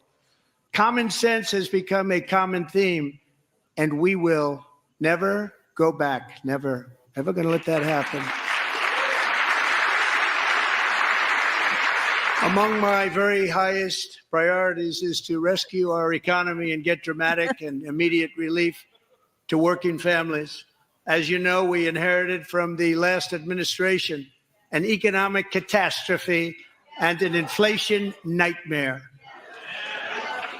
Their policies drove up energy prices, pushed up grocery costs, and drove the necessities of life out of reach for millions and millions of Americans. They've never had anything like it. We suffered the worst inflation in 48 years, but perhaps even in the history of our country. They're not sure. As president, I'm fighting every day to reverse this damage and make America affordable again.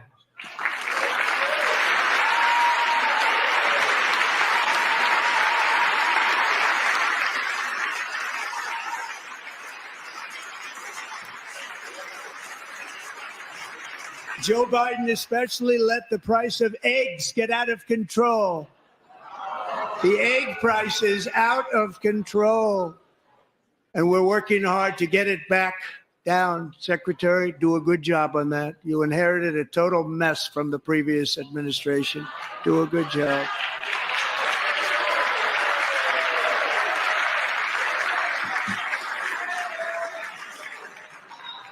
A major focus of our fight to defeat inflation is rapidly reducing the cost of energy.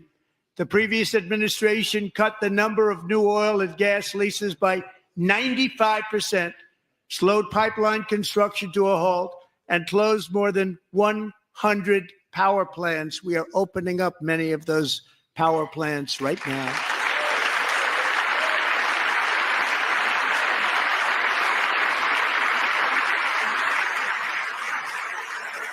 And frankly, we have never seen anything like it.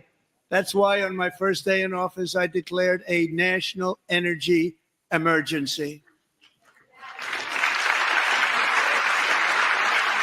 As you've heard me say many times, we have more liquid gold under our feet than any nation on earth, and by far. And now I fully authorize the most talented team ever assembled to go and get it. It's called Drill, Baby, Drill. This again is him just pouring salt in the wound, just being annoying to them. This is so Trump. He's like, this new program is called Drill Baby Drill. Like, what? There's something about his energy that's so 80s. There's like a part of him that's just stuck in the 80s. I love it.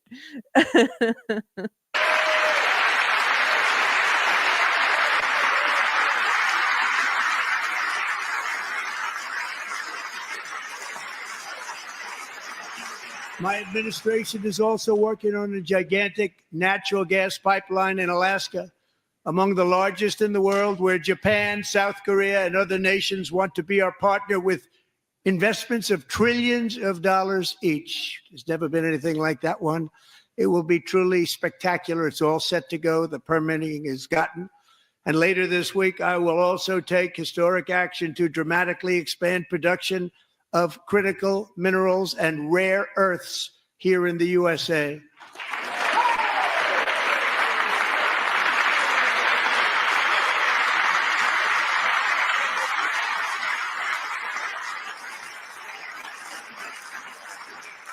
To further combat inflation, we will not only be reducing the cost of energy, but will be ending the flagrant waste of taxpayer dollars.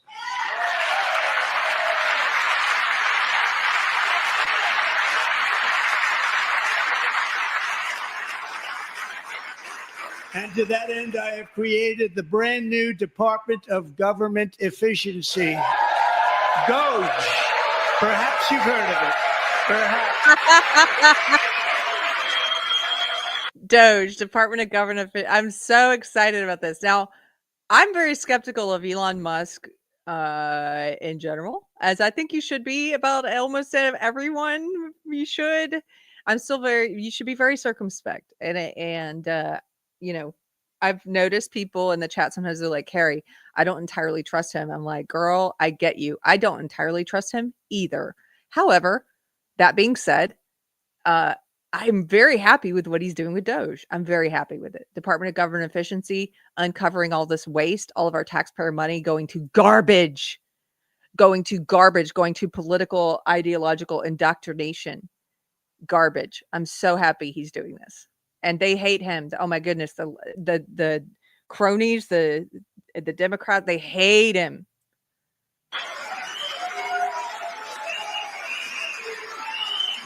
Which is headed by Elon Musk, who is in the gallery tonight. Yeah, Dan goes, look, he's pouring salt in the wound. There he is again, putting a little lemon juice on that cut. He's like, I'm talking about DOGE. Perhaps you've heard about it. Of course they have. They all have their little Elon Musk hating signs.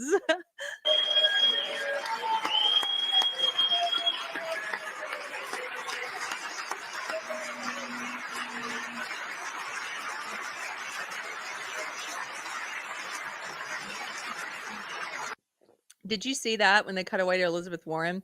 She's on her phone. That was very common during this speech, as the Democrats were just like trying to show that how much they don't care, they don't want to be there or whatever, trying to be disrespectful. They're just on their cell phones the whole time. Although, let's be fair, they're probably on X, Elon Musk platform. They're probably giving Elon money right there. Elizabeth Warren is scrolling through X on her phone. Thank you, Elon. He's working very hard. He didn't need this. He didn't need this. Thank you very much. We appreciate it. Everybody here, even this side, appreciates it, I believe. They just don't want to admit that. Just listen to some of the appalling waste we have already identified. 22 billion. This is amazing, leftists. Now, if you're watching along to hate watch with us, I'm so glad you're here. We're about to listen to a bunch of the crap that was uncovered, and I love that he included this. Normally I think people would say, cut this part out. No, put it in. Let people hear. This is the craziness that our tax dollars, they are taxing us to spend it on crap like this. We don't even know what all the stuff we're paying for. Listen to how many billions and on what. They just don't want to admit that. Just listen to some of the appalling waste we have already identified. $22 billion from HHS to provide free housing and cars for illegal aliens. Illegal immigrants. $45 million for who broke the law, billions of dollars, so we can put them up and give them free housing and cars. Where's your free housing, American citizens? Where's your rent paid? Where's your car? These are not immigrants who are here legally. These are illegal immigrants. Diversity, equity, and inclusion scholarships in Burma. $40 million to improve the social and economic inclusion of sedentary migrants. Nobody knows what that is. $8 million to promote LGBTQI+ in the African nation of Lesotho, which nobody has ever heard of. $60 million for indigenous peoples and Afro-Colombian empowerment in Central America. $60 million. Why? $8 million for making mice transgender. What? Why? This is real. This is real. $32 million for a left-wing propaganda operation in Moldova. $10 million for male circumcision in Mozambique. $20 million for the Arab Sesame Street in the Middle East. It's a program. $20 million for a program. $1.9 billion to recently created Decarbonization of Homes Committee, headed up, and we know she's involved. Just at the last moment, the money was passed over by a woman named Stacey Abrams. Have you ever heard of her? A $3.5 million consulting contract for lavish fish monitoring. $1.5 million for voter confidence in Liberia. Voter confidence in Liberia. Why? Why are we why? Why would we pay for this? This is just, Dan, he's actually doing stand-up comedy. This is brilliant. It is. He's informing and also entertaining, but this is true. We have spent crap money on this. Yes, it's funny because it's so absurd. Otherwise, it's maddening, says Rosa, to think about the amount of money they've stolen from us. So much money. They are stealing your children's futures. They are stealing your posterity. They are stealing the fruits of your labor to pay for this crap. I think most people, we think, okay, the taxes, right? They're going to pay for infrastructure, for roads and for hospitals and things. Okay. No. It's going for transgender mice. It's going for LGBTQI acceptance in Burma and things. Like, why? What is happening? Why are they taking the fruits of my labor for this? I'd like the fruits of my labor to go to my children. They tax our income. They tax our property that we're legally allowed to own, but they say we get a cut of it. You're going to have to pay us a little bit each month for your house, for your land. What? Why? Why? You're going to have to pay us each month a little cut of all the fruits of your labor. Remember when they instituted the income tax? Remember, they told us it would never go above 1%. Now look at it. You're going to have to raise that cut just a little bit. We're going to take more and more and more and more of your income and your property. We're taxing you for it. Now they want to do, under Biden, they wanted to put in the was it the infrastructure bill? There was one of the bills that they were trying to put in there that they not only tax us at the pump, they do sales tax. Everything you buy, we're going to take a little cut, a little percentage of what you're spending. So we tax your money when you make it. We take a little cut when you make it. We take a little cut when you spend it. We take a little cut of what you own outright, your property. Okay. And then they were saying under Biden, they were going to put in there that we have to pay a tax for every mile that we drive in a privately owned, in our own vehicle. So they're like, you're going to pay tax on the gas. You're going to pay a tax on the car when you buy it outright with your money. You're going to pay a tax on the car. And then they said, we're going to tax you when you drive it. You're going to have to keep track of your mileage and pay us a tax for every mile that you drive your private vehicle. What is all of this about? It's about slavery. It's about slavery of the masses to the elites. They want to own us. They don't want us to have private property because private property is freedom. They're trying to tax us out of private property so you can't even afford to keep the home that's been in your family for generations. They try to tax you out of it. They try to tax you out of your private vehicle and give you a disincentive for private vehicle ownership. Oh my goodness, I'm gonna have to pay taxes for every mile I drive. I guess I'll take the subway or whatever, or, the train they're building, or, the rail they're gonna do. I guess I'll take the electric Uber of the future. No. They want to cut off your freedom, your liberty. They want to make you slaves. This is why they tax us and all this crap. And look at what they spend it on. Look what they spend it on. I am glad they're going through and identifying some of this. It's just the bare minimum. $1 million for social cohesion in Mali. $59 million for illegal alien hotel rooms in New York City. He's a real. Oh, thank you. And said so they take a cut when you die too. I forgot about that. The death tax. Estate developer, he's done very well. $250,000 to increase vegan local climate action innovation in Zambia. $42 million for social and behavior change in Uganda. $14 million for improving public procurement in Serbia. $47 million for improving learning outcomes in Asia. Asia's doing very well with learning. You know what we're doing. Should use it ourselves. And $101 million for DEI contracts at the Department of Education. The most. Look at that. Millions and millions of dollars for DEI crap in education, indoctrinating students into racism. We're paying millions and millions for that. Ever paid? Nothing even like it. Under the Trump administration, all of these scams, and they're far worse, but I didn't think it was appropriate to talk about them. They're so bad. Many more have been found out and exposed and swiftly terminated by a group of very intelligent, mostly young people, headed up by Elon, and we appreciate it. We found hundreds of billions of dollars of fraud.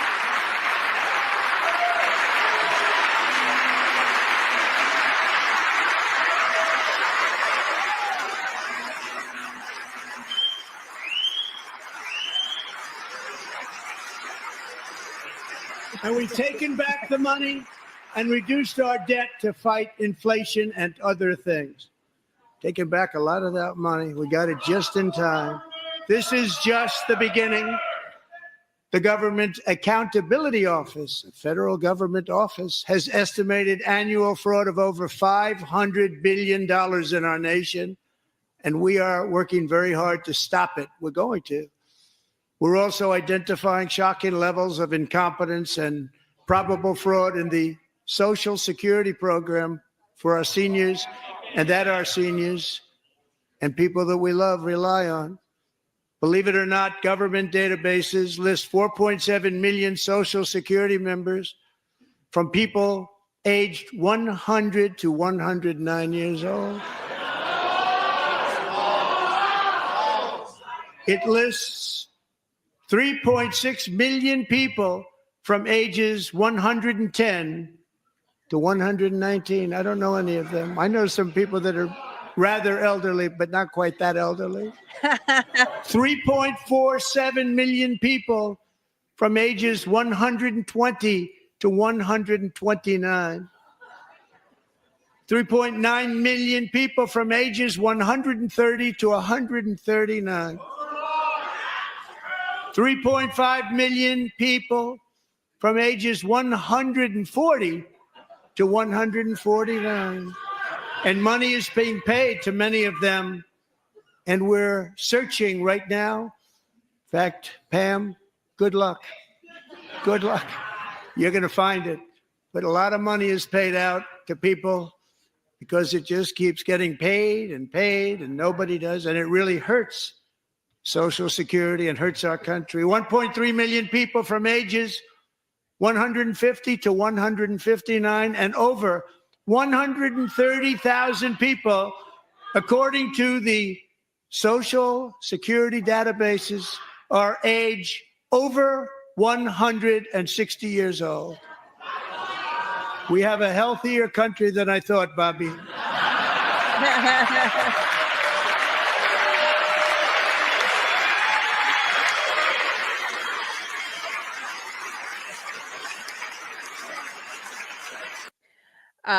Good question. Good Grief says the Dems are claiming the 200-year-olds getting Social Security is a lie. Is that true? It remains to be seen is the best answer. They always like to say everything's a lie. It's all a lie. You know, they do the Snopes thing, whatever. Snopes basically pushes their propaganda. In 2015, I will tell you this. In 2015, so not now, before Trump said this, before Elon started looking into this, the Social Security Administration and its Inspector General looked into the number of people in the system and found a bunch of discrepancies like this back then. You can go and look it up from 2015. They found over 6.5 million people who were aged 112 years old or older with no death record. So listed as if they were still alive to receive benefits. That was in 2015. Then they looked closer and they said, well, only some of these got checks issued to them. Okay, well, how many? I mean, the point is, it's enough discrepancies. It's enough. If the record, like, I believe that they did find these records. They did find somebody this old, 300 and something years old or whatever. Whether that person, whether a check was cut or not, I don't know. They didn't say a check was cut, but they said these people were in the records and they're listed as not deceased. Why? Fix it. I want it to be fit. It's true that these are people are in the records and they're listed as not deceased at these ages. Fix it. And if they could probably weasel around and say, well, it's not completely true because if you look further, we might find that checks weren't cut to all of the. Okay, great. That's great. But let's just go ahead and fix the records so they're not listed as alive in the system, right? Pierce Taylor, I voted for Abraham Lincoln and Joe Biden.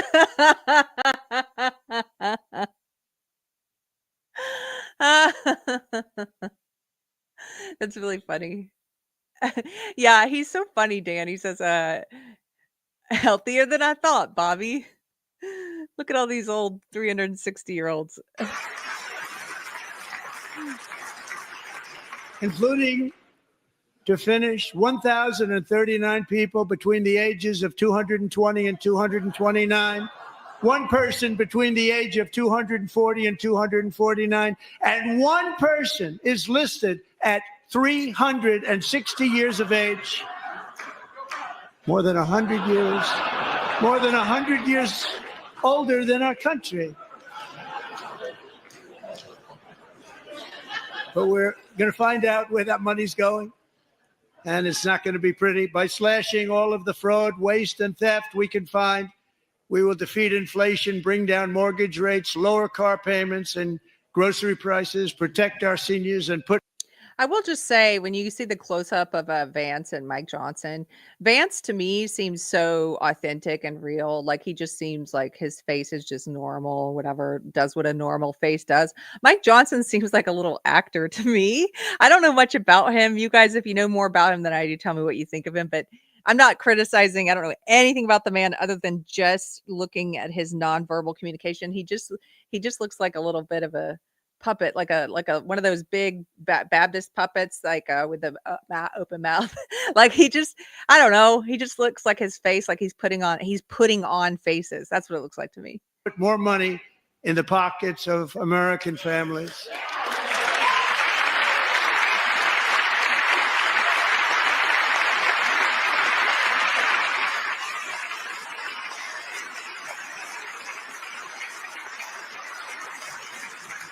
And today, interest rates took a beautiful drop, big, beautiful drop. It's about time.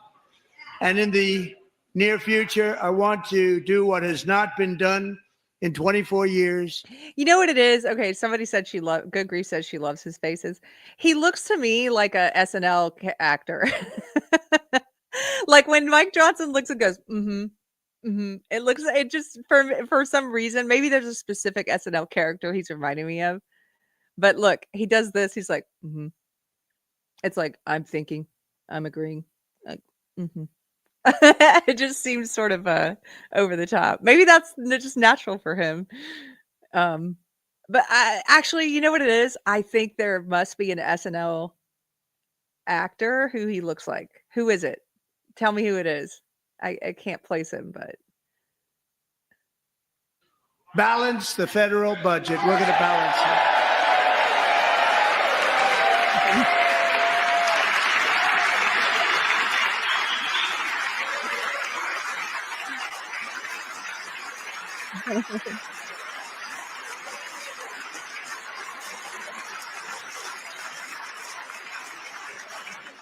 With that goal in mind, we have developed in great detail what we are calling the Gold Card, which goes on sale very, very soon.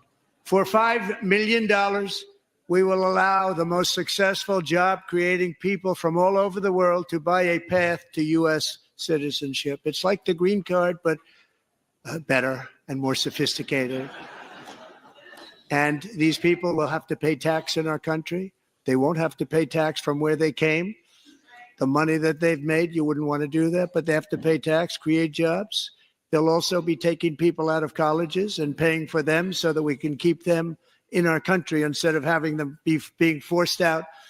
Number one, at the top school, as an example, being forced out and not being allowed to stay and create tremendous numbers of jobs and great success for a company out there. So while we take out the criminals, killers, traffickers, and child predators who are allowed to enter our country under the open border policy of these people, the Democrats, the Biden administration, the open border insane policies that you've allowed to destroy our country, we will now bring in brilliant, hardworking, job-creating people. They're going to pay a lot of money, and we're going to reduce our debt with that money. What a creative, out-of-the-box idea. I just have to say, you may not like the idea. I don't quite know what I think of it yet. I'm still thinking about it. But my initial gut reaction is, what a creative, out-of-the-box idea to be like, hey, we want to pay off our debt, which is insane, to the point where most of us think we can't probably pay it off, our federal debt. But he's like, we're going to let the people buy their way into the U.S., and it's going to be a large, hefty sum if they're going to create jobs and they're entrepreneurs and they have a lot of wealthy people. I'm like, wow, that's so interesting. I don't know. At least it's like he's trying to think of ideas. A lot of people said they think Mike Johnson looks like Phil Hartman, including my husband said Phil Hartman. You're right. I think it's maybe part Phil Hartman. Mike Rogers says, yeah, when he plays caveman lawyer. That's right. Caveman lawyer. And then also Helena says he ironically reminds me of Stephen Colbert. Yeah, I think it's a mix. I think you're both right. I think it's a mix between Phil Hartman and Stephen Colbert. He looks like a little bit like he's acting the part of politician to me. Good grief. Why are we giving so much in aid if we have that much in debt? Good question, right? Good grief. It's a good question. I'm so confused by how this works. Yeah, so they don't know how it works. How are we doing that?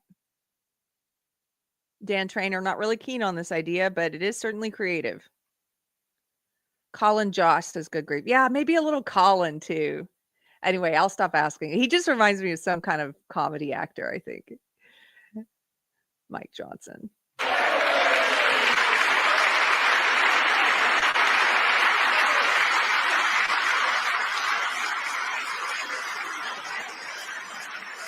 Americans have given us a mandate for bold and profound change.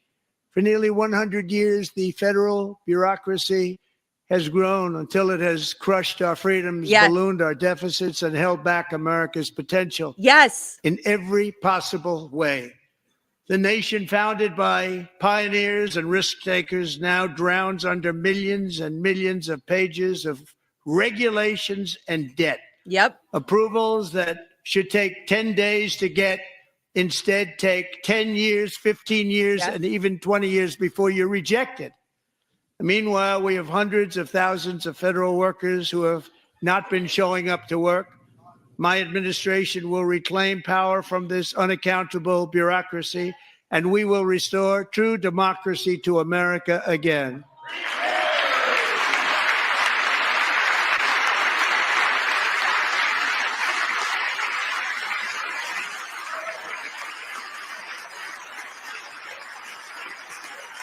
And any federal bureaucrat who resists this change will be removed from office immediately.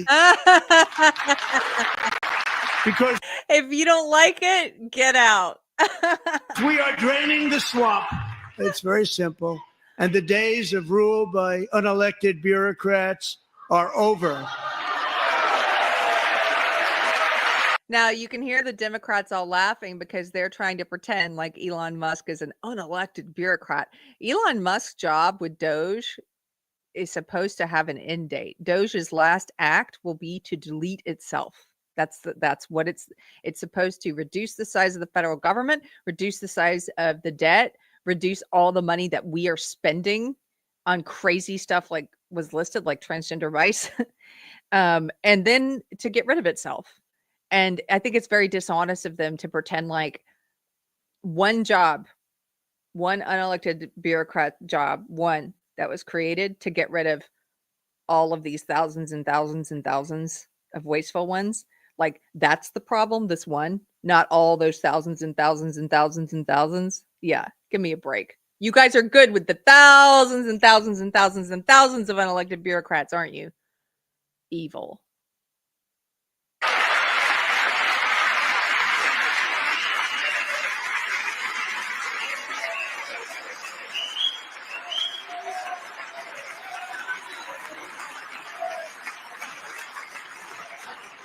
And the next phase of our plan to deliver the greatest economy in history is for this Congress to pass tax cuts for everybody. They're in there. They're waiting for you to vote.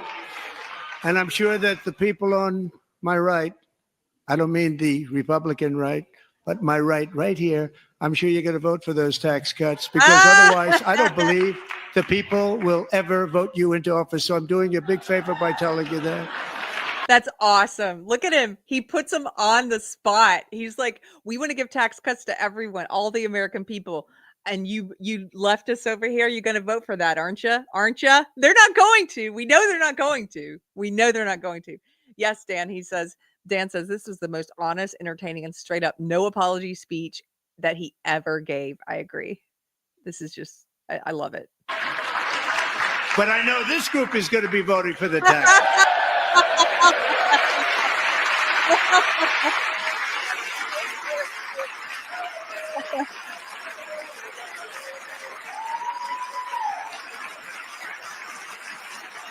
Thank you. It's a very, very big part of our plan. We had tremendous success in our first term with it. A very big part of our plan. We're seeking permanent income tax cuts all across the board. And to get urgently permanent income tax cuts. I mean, I don't know if they're going to be able to do that or not, but thank you. I would like that. Yes. Remember, they promised us, I'm saying it a third time, they promised us income tax would never go above 1%. Look where it's at now. Could you please cut it back? Could you please? I mean, I'd prefer you get rid of it entirely. But could you please cut it back a little? Needed relief to Americans hit especially hard by inflation. I'm calling for no tax on tips, no tax on overtime, and no tax on Social Security benefits for our great seniors. Look at them. They're not even clapping at no tax on tips, which is funny because in a last-ditch effort to get support, when Kamala Harris started saying suddenly she agreed with some of Trump's policies, although she didn't admit that they were Trump's policies, she suddenly adopted some of his policies, and one of those was no tax on tips.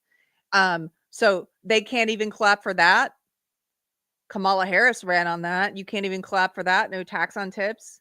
Tips are gifts. You should not be taxing on them.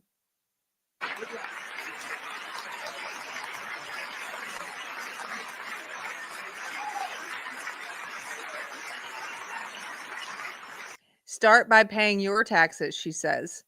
No, actually, I'm happy to have him start with cutting my income tax. That's how out of touch you are, leftist. That's how out of touch you are. We don't actually care about you arguing about what Trump owes or not, about what some one person owes or not. I don't care. I want my taxes cut. We can start there. How about that? So out of touch with normal Americans. And I also want to make interest payments on car loans tax deductible, but only if the car is made in America.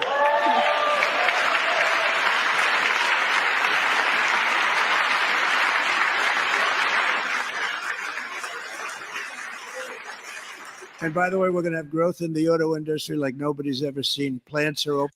This is such a great, again, out of the box creative thinking. If you're on the left and you're watching, you have to admit that's what a great idea. He wants to incentivize people to buy American-made cars. He's offering an incentive, no tax if you buy an American one, so that we will bring the business back here, bring the jobs back here, revitalize the auto industry. What a great idea.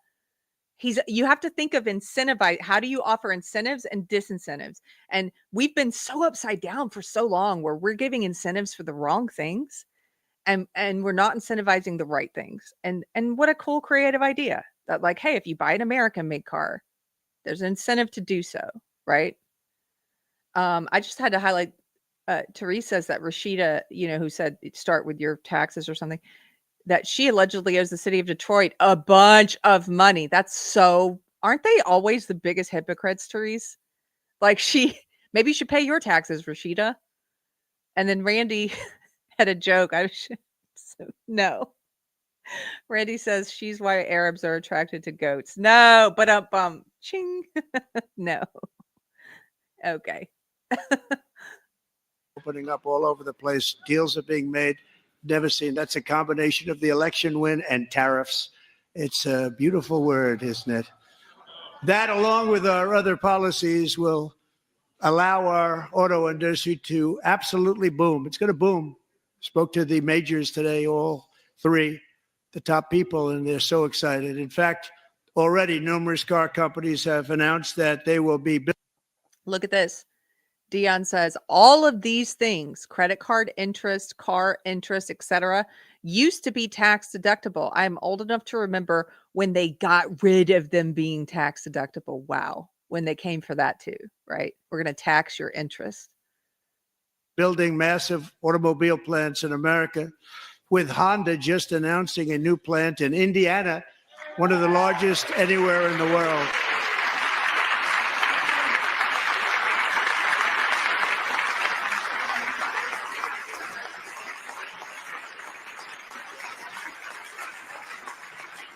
And this has taken place since our great victory on November 5th, a date which will hopefully go down as one of the most important in the history of our country.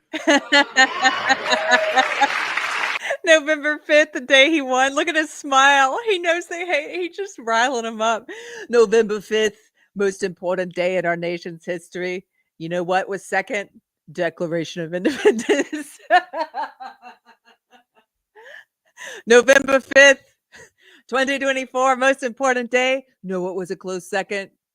The day we signed the Declaration of Independence. Best president, some are saying. Know who's number 2? George Washington. So silly. In addition, as part of our tax cuts, we want to cut taxes on domestic production and all manufacturing. And just as we did before, we will provide 100% expensing It will be retroactive to January 20th, 2025. And it was one of the main reasons why our tax cuts were so successful in our first term, giving us the most successful economy in the history of our country. First term. We had a great first term.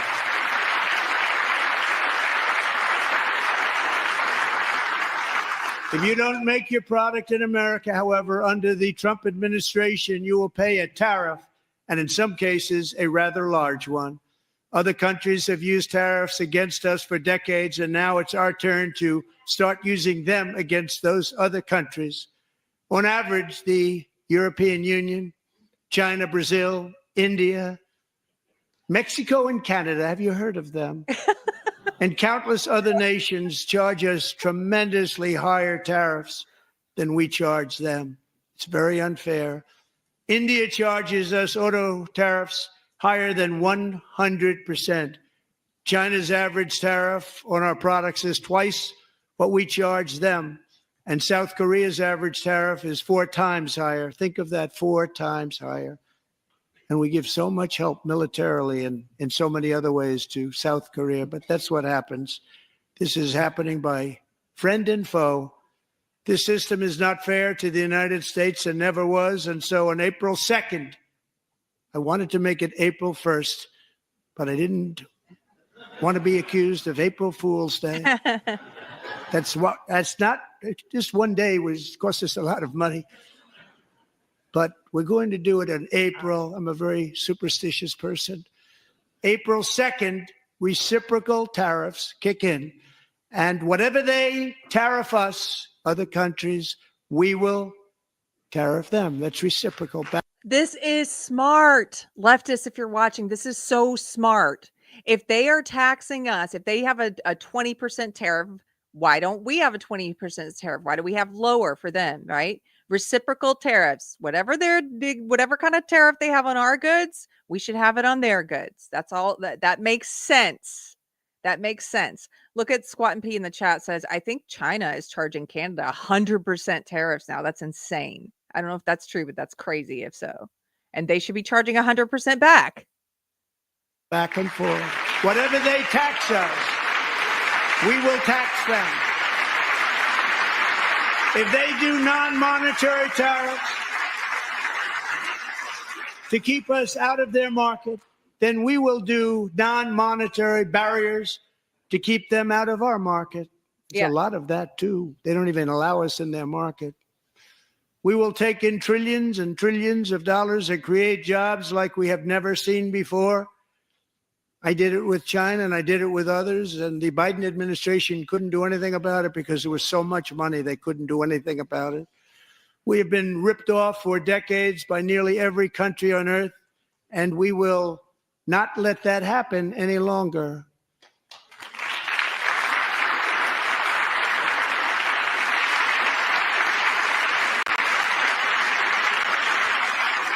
Much has been said over the last 3 months about Mexico and Canada, but we have very large deficits with both of them. But even more importantly, they've allowed fentanyl to come into our country at levels never seen before, killing hundreds of thousands of our citizens and many very young, beautiful people, destroying families. Nobody's ever seen anything like it. They are, in effect, receiving subsidies of hundreds of billions of dollars. We pay subsidies to Canada and to Mexico of hundreds of billions of dollars, and the United States will not be doing that any longer. We're not going to do it any longer. We're not doing it anymore. Look at this. Bush has a great point. He says, look, the Dems unsurprisingly, are not clapping for economic equality. He's talking about the reciprocal tariffs. They didn't clap for it. Why not? Thanks to our America First policies we're putting into place, we have had $1.7 trillion of new investment in America in just the past few weeks. The combination of the election and our economic policies that people of SoftBank, one of the most brilliant anywhere in the world, announced a $200 billion investment. OpenAI and Oracle, Larry Ellison, announced $500 billion investment, which they wouldn't have done if Kamala had won. Apple announced $500 billion investment. Tim Cook called me. He said, I cannot spend it fast enough. It's going to be much higher than that, I believe. They'll be building their plants here instead of in China. And just yesterday, Taiwan Semiconductor, the biggest in the world, most powerful in the world, has a tremendous amount, 97% of the market, announced a $165 billion investment to build the most powerful chips on earth right here in the USA.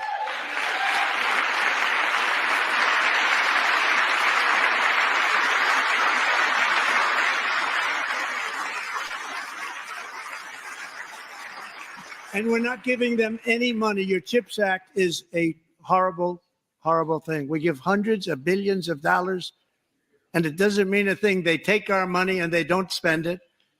All that meant to them, we're giving them no money.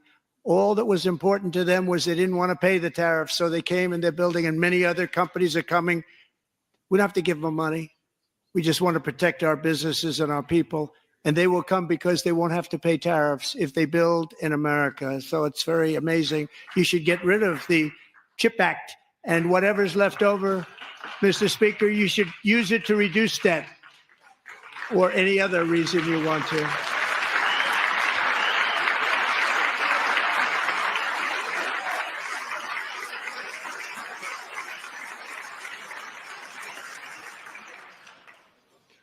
Our new trade policy will also be great for the American farmer. I love the farmer.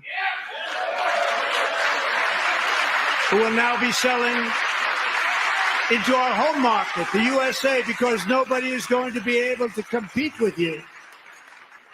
Because there's goods that come in from other countries and companies.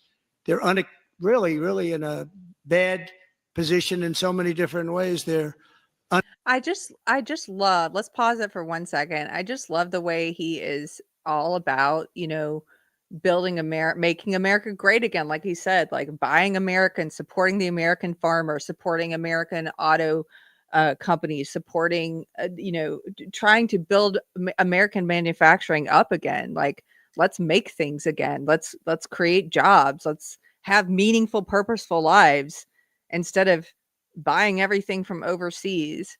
Have you guys seen, I want to show you, I've got it queued up. I've got it queued up right at the part. Have you guys seen this movie? I think it was 1986.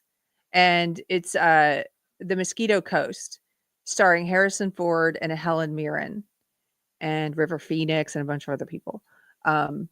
There's this part. Now, it's on YouTube for free. I found the whole thing for free. I haven't watched the whole thing yet. I don't think I saw it ever in the 80s when it came out. And I just started watching it, and it supposedly it gets very dark, but it starts off with this dad who's this genius who dropped out of Harvard and invents things. And he's really just against the deterioration of America. And it's funny because a lot of what he's talking about, I feel like, oh no, it's much worse now. Like everything you're talking about is much worse now. This movie was made in 1984. And watch part of this. I hope I don't get in trouble for I'll play just 2 little tiny clips.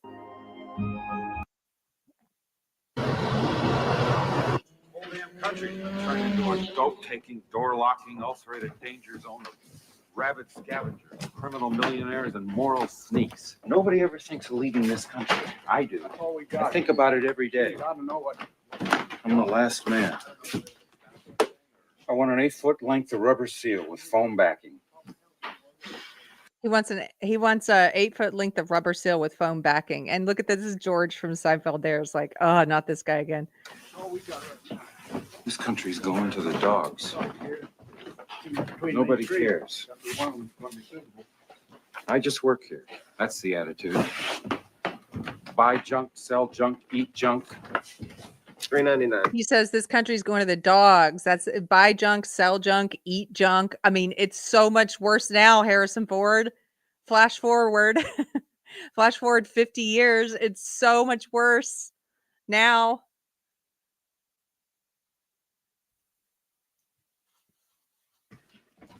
Don't want it. That's what you asked for. Who are you working for? The Japanese? If you don't want it, just say so. Just said so, Jack. Don't want it. Look, made in Japan. I don't want my hard-earned American dollars converted into yen. I want an American length of rubber seal. Do you work here? All right, we'll get it someplace else. This is not the only place in town. Goodbye. Or maybe I should have said sayonara. Anyway, that's the scene. I won't bore you with more of it, but it's great. I've only seen maybe half of it so far. It's really good. I don't know if you can hear Tiger. He's playing with his toy. He's pretty loud. But yeah, America, damn it, says Jamie.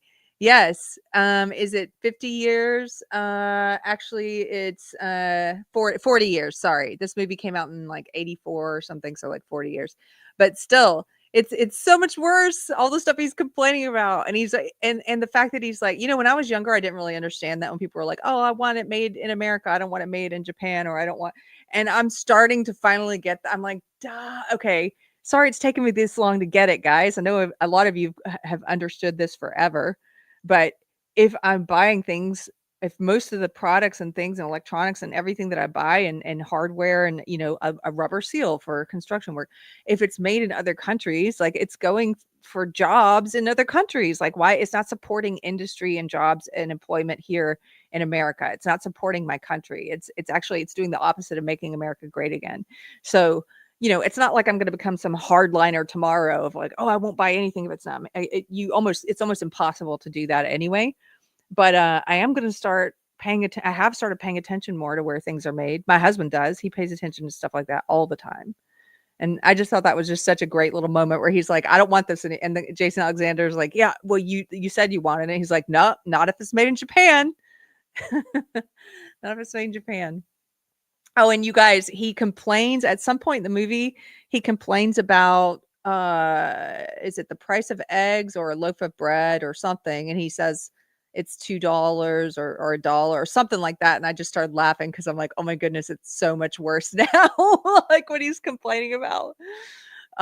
Randy Wallen for $10. Hey, Randy, he says, per grok, $1 in 1861, federal income tax began, had the spending power of $34.66 today. Inflation is a tax itself. Oh, what a great point.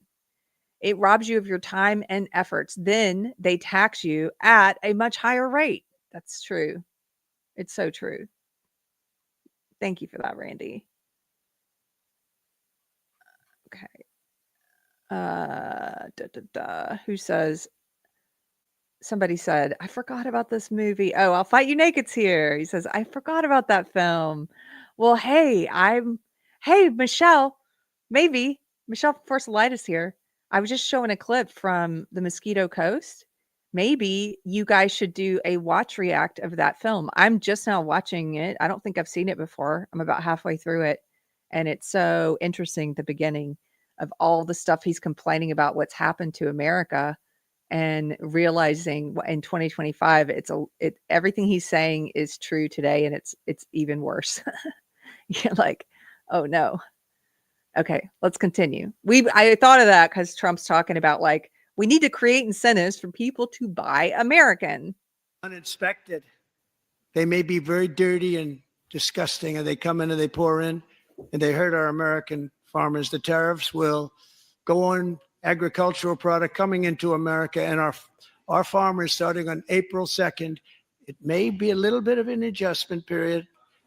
We had that before when I made the deal with China, $50 billion of purchases. And I said, just bear with me. And they did. They did. Probably have to bear with me again. And this will be even better. That was great. The problem with it was that Biden didn't enforce it. He didn't enforce it. $50 billion of purchases. And we were doing great, but Biden did not enforce it. And it hurt our farmers. But our farmers are going to have a field day right now. So to our farmers, have a lot of fun. I love you too. I love you too. It's all going to happen.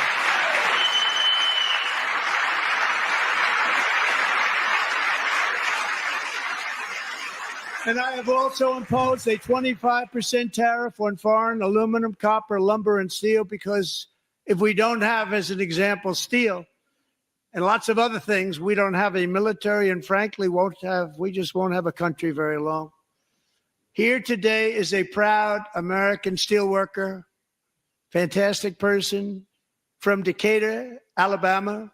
Jeff Denard has been working at the same steel plant for 27 years in a job that has allowed him to serve as the captain of his local volunteer fire department, raised 7 children with his beautiful wife, Nicole, and over the years provide a loving home for more than 40 foster children.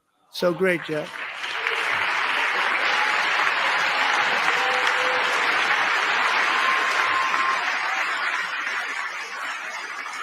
Thank you, Jeff. Thank you, Jeff.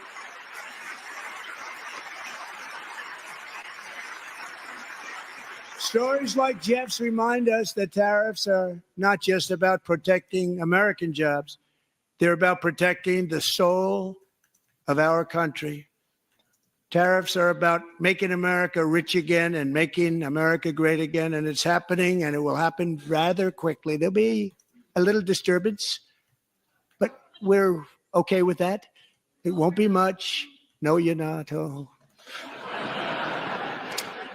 And look where Biden took us, very low, the lowest we've ever been. Jeff, I want to thank you very much.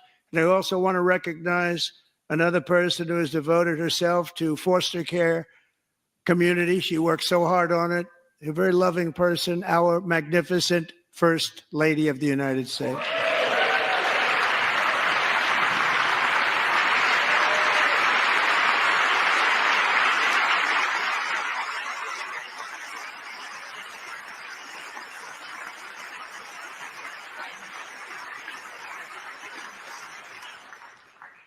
Melania's work has yielded incredible results, helping prepare our nation's future leaders as they enter the workforce. Our First Lady is joined by 2 impressive young women, very impressive. Haley Ferguson, who benefited from the First Lady's Fostering the Future initiative and is poised to complete her education and become a teacher. And Elliston Berry, who became a victim of an illicit deepfake image produced by a peer. With Elliston's help, the Senate just passed the Take It Down Act, and this is so important. Thank you very much, John. John Thune, thank you. Stand up, John. Thank you, John.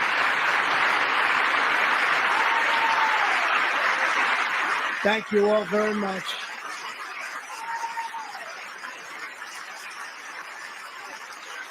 Thank you. And thank you to John Thune and the Senate. Great job. To criminalize the publication of such images online is terrible, terrible thing.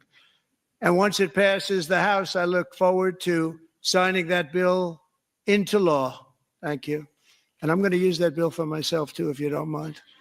Because nobody gets treated worse than I do online. Nobody. That's great. Thank you very much to the Senate. Thank you. But if we truly care about protecting Americans' children, no step is more crucial than... It's so weird. Once again, they can't clap for anything, not even like, this is a bill. It should be nonpartisan, right? It's a bill that's like going to protect people from deep fakes, AI deep fake revenge porn stuff, like pornography featuring your face and stuff. And they like can't even clap for that. Securing America's borders. Over the past 4 years, 21 million people poured into the United States. Many of them were murderers, human traffickers, gang members, and other criminals from the streets of dangerous cities all throughout the world. Because of Joe Biden's insane and very dangerous open border policies, they are now strongly embedded in our country, but we are getting them out and getting them out fast.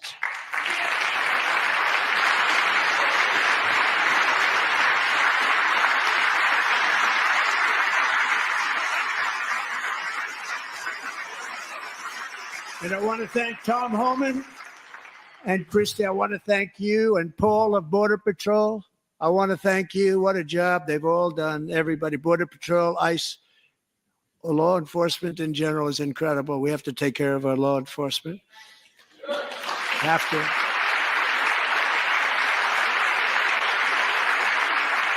Last year,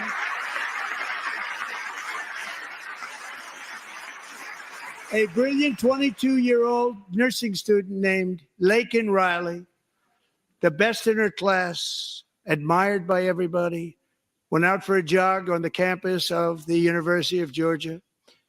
That morning, Laken was viciously attacked, assaulted, beaten, brutalized, and horrifically murdered. Laken was stolen from us by a savage illegal alien gang member who was arrested while trespassing across Biden's open southern border and then set loose into the United States under the heartless policies of that failed. Look at her mom on the right there. So emotional still. Of course. She'll probably be emotional about this the rest of her life. The rest of her life. About her daughter being murdered needlessly by these violent, savage criminals and illegal aliens who are here because of Biden's policies. They're here because of Biden. They're here because of the Democrats. Laken Riley, what is it you leftists like to say? Say her name. Say her name. You never say her name. You never say her name. Failed administration. It was indeed a failed administration. He had then been arrested and released in a Democrat-run sanctuary city, a disaster, before ending the life of this beautiful young angel. With us this evening are Laken's beloved mother, Allison, and her sister, Lauren.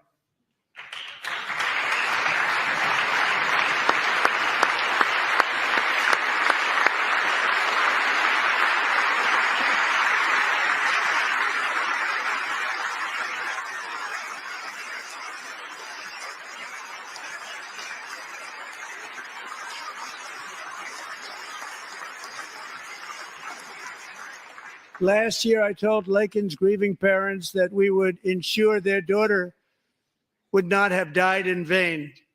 That's why the very first bill I signed into law as your 47th president mandates the detention of all dangerous criminal aliens who threaten public safety. It's a very strong, powerful act.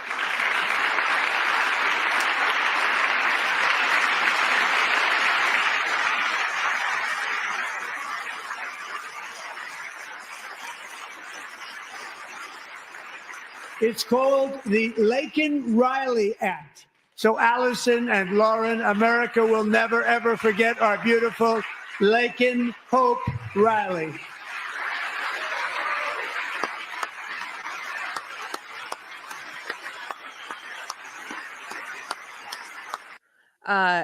Somebody said, I missed this, John. I had to step away because we just got a knock at our door. But from a friend. But John said there were some Democrats clapping, which is great. I didn't know that. That's awesome. I didn't know that.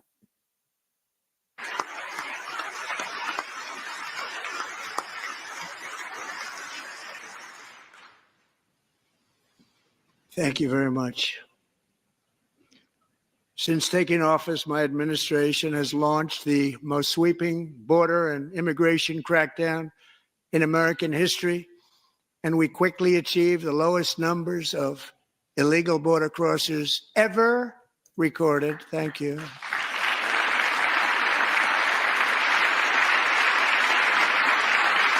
You know who's second? George Washington.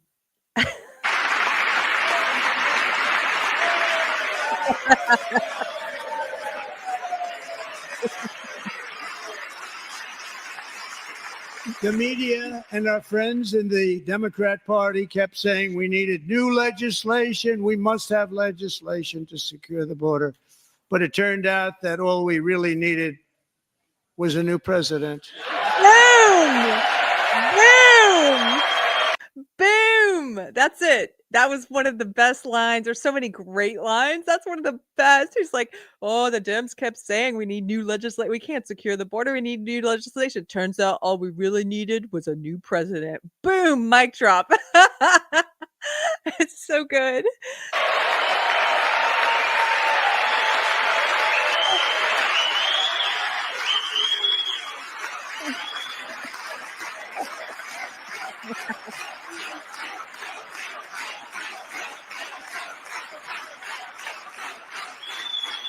Thank you. Joe Biden didn't just open our borders, he flew illegal aliens over them to overwhelm our schools, hospitals, and communities throughout the country. Entire towns like Aurora, Colorado, and Springfield, Ohio, buckled under the weight of the migrant occupation and corruption like nobody's ever seen before. Beautiful towns destroyed. Now, just as I promised in my inaugural address, we are achieving the great liberation of America.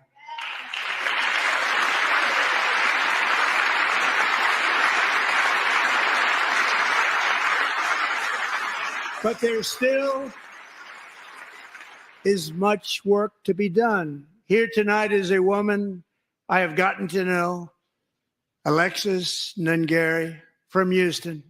Wonderful woman. Last June, Alexis's 12-year-old daughter, her precious Jocelyn, walked to a nearby convenience store. She was kidnapped, tied up, assaulted for 2 hours under a bridge, and horrifically murdered. Arrested and charged with this heinous crime are two illegal alien monsters from Venezuela, released into America by the last administration through their ridiculous open border. The death of this beautiful 12-year-old girl and the agony of her mother and family touched our entire nation greatly. Alexis, I promised that we would always remember your daughter, your magnificent daughter, and earlier tonight, I signed an order keeping my word to you. One thing I have learned about Jocelyn is that she loved animals so much. She loved nature. Across Galveston Bay, from where Jocelyn lived in Houston, you will find a magnificent national wildlife refuge, a pristine, peaceful, 34,000-acre sanctuary for all of God's creatures on the edge of the Gulf of America. Alexis, moments ago, I formally renamed that refuge in loving memory of your beautiful daughter, Jocelyn. So, Mr. Vice President, if you would, may I have the order?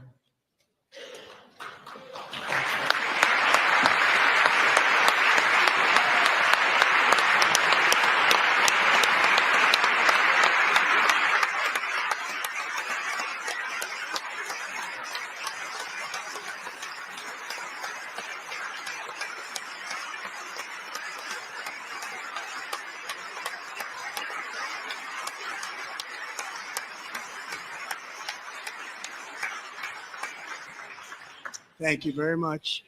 All three savages charged with Jocelyn and Lakin's murders were members of the Venezuelan prison gang, the toughest gang, they say, in the world, known as Tren de Aragua. 2 weeks ago, I officially designated this gang, along with MS-13 and the bloodthirsty Mexican drug cartels, as foreign terrorist organizations.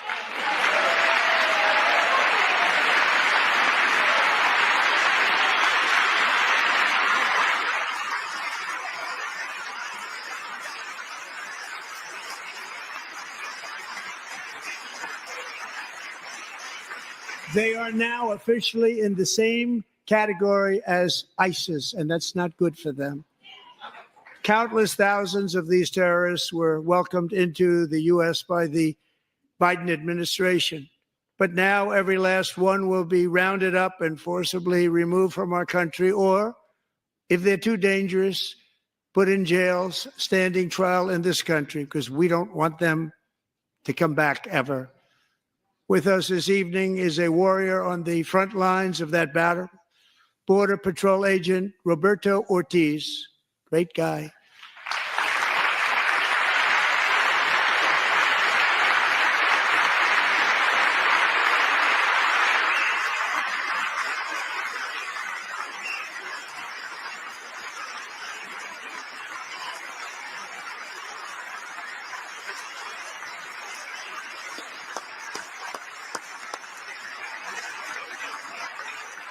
In January, Roberto and another agent were patrolling by the Rio Grande near an area known as Cartel Island. Doesn't sound too nice to me. When heavily armed gunmen started shooting at them, Roberto saw that his partner was totally exposed, at great danger, and he leapt into action, returning fire and providing crucial seconds for his fellow agent to seek safety, just barely. I have some of the prints of that event, and it was not good. Agent Ortiz, we salute you for your great courage and for your line of fire that you took and for the bravery that you showed. We honor you, and we will always honor you. Thank you, Roberto, very much.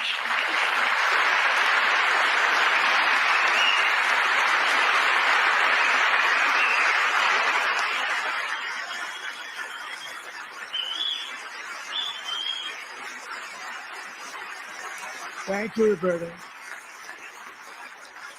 And I actually got to know him on my many calls to the border. I have to pause this for 1 second. Thank you guys. I just had to step away for a second because we had someone come to our door, and I wanted to go back out there and say hi. But here, let me show you this. I know while I was gone, like I told you, I've watched this twice. He was talking about, wasn't he talking about Jocelyn Nungare? She's the 12-year-old who was killed by illegal immigrants. And this is her picture so that you can see it. See this little girl here? And I know they showed a close-up of her mom and everything, and they named the park after her, the Wilderness Park. Yeah, killed by illegal immigrants. And this is something that it should not be a partisan issue. It's not a partisan issue. You know, this should not be happening. And this is sort of like the thing with men and women's sports earlier, where sometimes leftists or people on the left, they'll want to argue like, well, couldn't that have happened with, the volleyball spiking into the woman's head? Couldn't a woman have done that? Well, that's a big what if, right? Either way, that what if happening doesn't justify bad policy. It doesn't justify unfair advantage, unfair playing field that puts women at more at risk for dangerous injury, right? And it's the same thing with illegal immigration. They'll say, well, illegal immigrants aren't the only people that rape and murder. Couldn't this rape and murder have happened by someone else? Yeah, it could have. It didn't, but it could have. They want to talk about what ifs and hypotheticals. What ifs and hypotheticals are no defense for bad policy. It's a bad policy to allow people to cross the border illegally and just to catch and release them like Biden did. Just let them stay like Biden did. Unvetted. It's a bad policy. It puts people more at risk. I wanted to highlight that, the little girl, her picture. Okay, we'll continue. He's a great, great gentleman.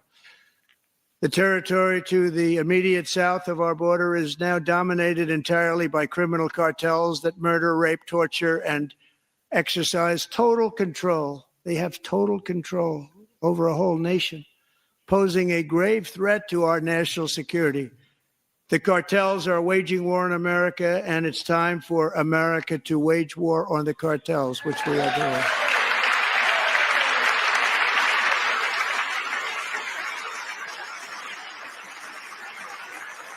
You know what Biden did? Biden waged war on parents at PTA meetings. That's what he did. I want to wage war on the cartels. That's what we should be doing. 5 nights ago, Mexican authorities, because of our tariff policies being imposed on them, think of this, handed over to us 29 of the biggest cartel leaders in their country. That has never happened before. They want to make us happy. First time ever. But we need Mexico and Canada to do much more than they've done, and they have to stop the fentanyl and drugs pouring into the USA. They're going to stop it. I have sent Congress a detailed funding request laying out exactly how we will eliminate these threats to protect our homeland and complete the largest deportation operation in American history, larger even than current record holder, President Dwight D. Eisenhower, a moderate man, but someone who believed very strongly in borders. Americans expect Congress to send me this funding without delay so I can sign it into law. So, Mr. Speaker, John Thune, both of you, I hope you're going to be able to do that, Mr. Speaker. Thank you. Can we just talk about the good grief? And a couple other people are mentioning this in the chat. People want to know if you're on the left and you don't understand like what is happening or like why is Mexico handing over cartel leaders. It's because Trump made a lot of very loud statements about how he's going to be doing a 25% tariff on Mexican goods and Canadian goods unless they start helping us to end fentanyl and other drugs pouring across the border. And they said when Mexico gave us these 25 cartel leaders, the Mexican government issued a statement saying that they were doing this as a sign of reciprocity to, from one sovereign nation to another, because it's what Trump wanted. Like, again, if you're on the left and you hate him, at the very least, can you not admit that he has creative out of the box ideas and that his tactics, some of the things he tries, they actually work? Imagine that. He's not pretending to be an alpha. He is an alpha. He's not pretending. He's like, this is what we're going to do. Okay. You're not going to help us in the drug war. You're not going to help us in drugs pouring across the border. Well, then we're going to tax you. And Mexico's like, okay. He calls the bluff. And they comply. It's great. Mr. Leader, thank you. Thank you very much. And let's get it to me. I'll sign it so fast, you won't even believe it.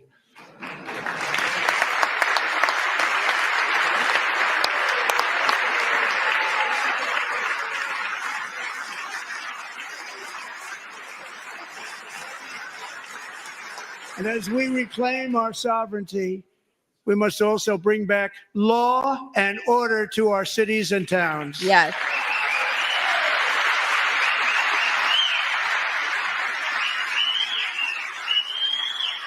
In recent years, our justice system has been turned upside down by radical left lunatics. Many jurisdictions virtually... It's one of the best parts. He calls them out again and then he points at them right in their face. Let me just rewind. This is so great. Radical left lunatics, and points at all of them with... Our justice system has been turned upside down by radical left lunatics. Many jurisdictions virtually ceased enforcing the law against dangerous repeat offenders while weaponizing law enforcement against political opponents like me. My administration has acted swiftly and decisively to restore fair, equal, and impartial justice under the constitutional rule of law, starting at the FBI and the DOJ. Pam, good luck. Cash, wherever you may be, good luck. Good luck. Pam Bondi. Good luck. So important. Going to do a great job. Cash, thank you. Thank you, Cash.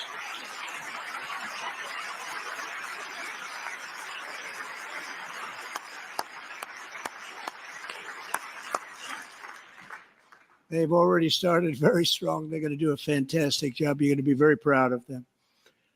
We're also once again giving our police officers the support, protection, and respect they so dearly deserve. They have to get it. They have such a hard, dangerous job, but we're going to make it less dangerous. The problem is the bad guys don't respect the law, but they're starting to respect it, and they soon will respect it.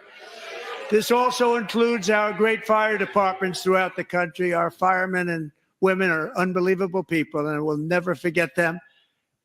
And besides that, they voted for me in record numbers, so I have no choice.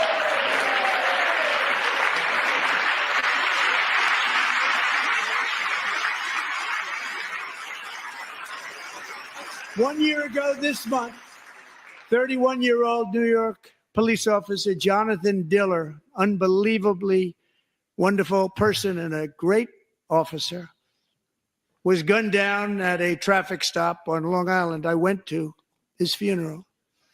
The vicious criminal charged with his murder had 21 prior arrests, and they were rough arrests, too. He was a real bad one. The thug in the seat next to him had 14 prior arrests and went by the name of Killer. He was Killer. He killed other people, they say, a lot of them. I attended Officer Diller's service, and when I met his wife and one-year-old son, Ryan, it was very inspirational, actually. His widow's name is Stephanie, and she is here tonight. Stephanie, thank you very much, Stephanie. Thank you very much.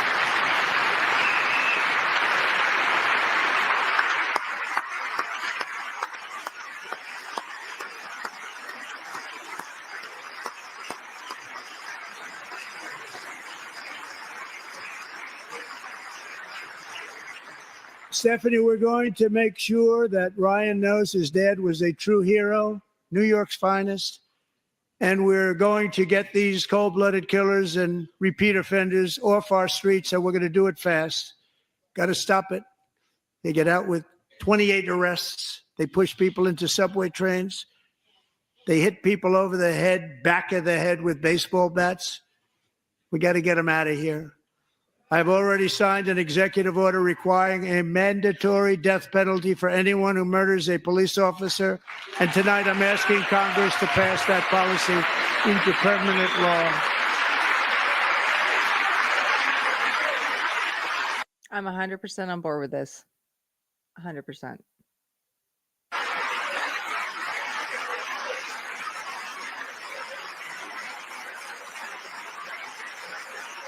I'm also asking for a new crime bill getting tough on repeat offenders while enhancing protections for America's police officers so they can do their jobs without fear of their lives being totally destroyed. They don't want to be killed. We're not going to let them be killed. Joining us. You have to this is what I was talking about with incentives. You have to create a disincentive for people doing violence against cops. And the reality is, with so many years now of woke leftist rule and control, a lot of good cops have quit, and you're left with bad ones. A lot of the good cops have quit because there's no respect for the rule of law shown. There's no respect for their lives shown. Everyone in the public, the media, the celebrities, the government, all the whole machine has spoken about them as if they're all awful people who deserve to die. Their budgets need to be cut. Like they need to be, they're all awful. And so the good guys are leaving. I know cops who've quit. I mean, I'm sure you guys do too, because they're like, why would I put up with this? Like the good ones are like, see you later. And so we need rule of law, and we need to create a disincentive for doing violence against police officers. And I think, mandatory death penalty if you kill a police officer, if you murder one, not self-defense, murder. I think it's good. To the gallery tonight is a young man who truly loves our police. His name is DJ Daniel. He is 13 years old, and he has always dreamed of becoming a police officer.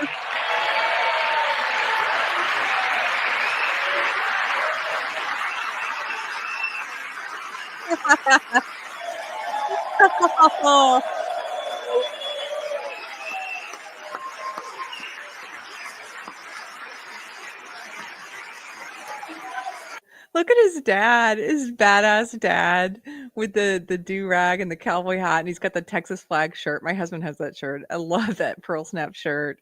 Such a cowboy. And his little boy, oh my gosh, his little boy. This part's gonna make me emotional.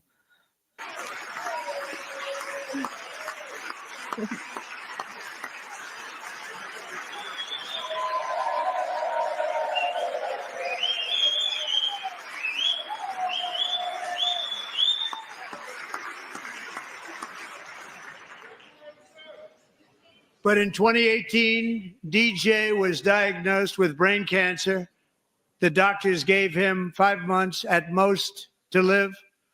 That was more than 6 years ago.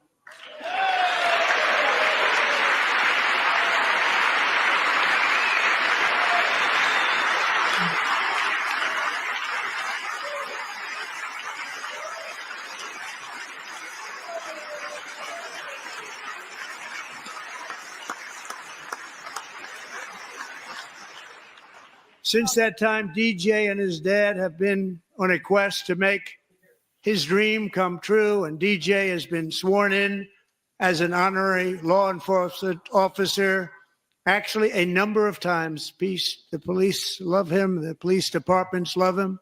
And tonight, DJ, we're going to do you the biggest honor of them all. I am asking our new Secret Service Director, Sean Curran, to officially make you an agent of the United States Secret Service.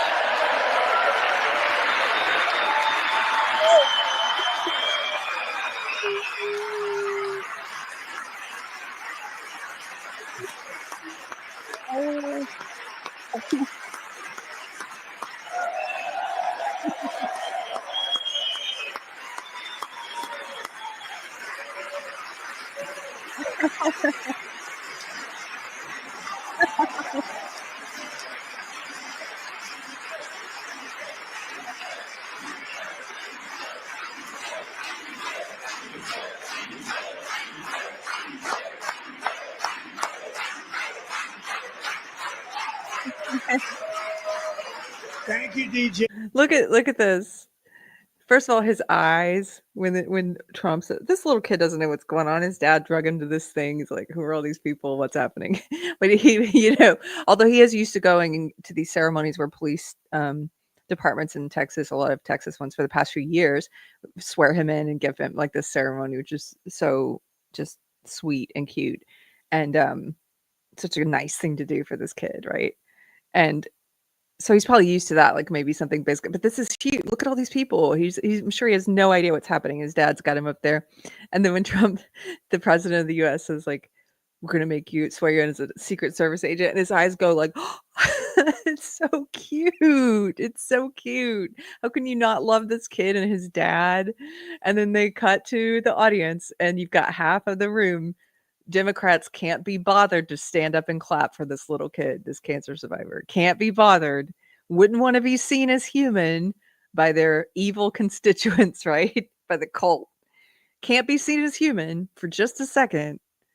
This is not partisan. Just come on, guys. Just nothing. Yeah. DJ's doctors believe his cancer likely came from a chemical he was exposed to when he was younger. Since 1975, rates of child cancer have increased by more than 40%. Reversing this trend is one of the top priorities for our new presidential commission to make America healthy again, chaired by our new Secretary of Health and Human Services, Robert F. Kennedy, Jr. RFK. Let me go back just for a second. I agree with, hey, Jennifer Atkins, she says, even if you prefer kids to be left out of politics, people could have stood for him in the moment. To do otherwise would be making a tool of him for their cause. Yeah, see, that's the thing is, even if you cynically think, which I kind of agree with, that, the politicians do this, they bring in emotional, touching stories and people, even if you cynically say they're doing it and like, oh, Trump is using this kid as a tool to try and get everyone to clap together. Okay, but so what? What, the kid is there now. So what? The kid is there and he sees that half the room won't stand for him. He doesn't know why you're seated, why you're being such a jerk, such an unhuman jerk. Like, who cares? Who cares in that moment? It's more important, your ego and not being seen by your cult as like having a shred of humanity and decency is more important to you than standing for this little kid and clapping. Like, that just tells me a lot. It's so weird. It's so weird. Yeah. Yes, exactly. SD0. It's supposed to be a unifying moment. Here's one it's supposed to be nonpartisan. The uncynical view is he brings kids like this in to make a point and to have a few moments in the speech that are not partisan, where we can all stand and clap for this kid, like united, something that unites us. Everyone should be able to stand and clap for this kid. But no, there's nothing these cynical monsters will clap for in unity. Nothing. So crazy. Okay. So he mentions RFK. This next line is really funny too.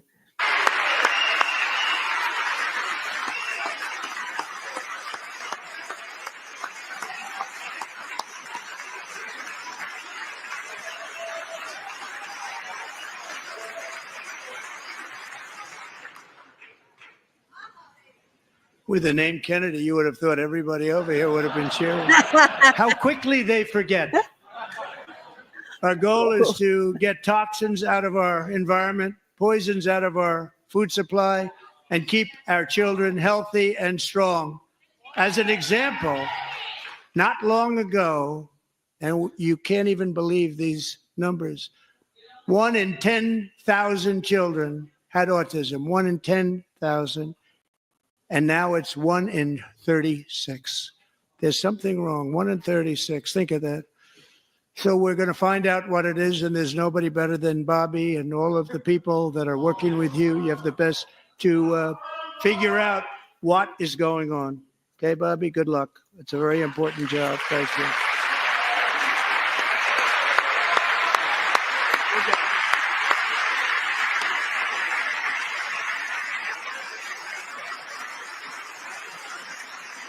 Thank you. My administration is also working to protect our children from toxic ideologies in our schools. A few years ago, January, Little John and her husband discovered that their daughter's school had secretly socially transitioned their 13-year-old little. A word about the RFK thing, just quickly, that he was talking like that again. That whole issue, "Make America Healthy Again." This should be something we're all united behind. This is not a partisan issue. Leftists, how do you let them split you on this? Remember when the left was like against big pharma? Now they're suddenly for it. Remember when the left was like wanting healthy foods against corporations? Remember that? Suddenly the left's okay with all of that, with all the chemicals and toxins in our food. Really? Why? The autism rates for kids exploding, an epidemic of autism. Why is that happening? Shouldn't we want to get to the bottom of it?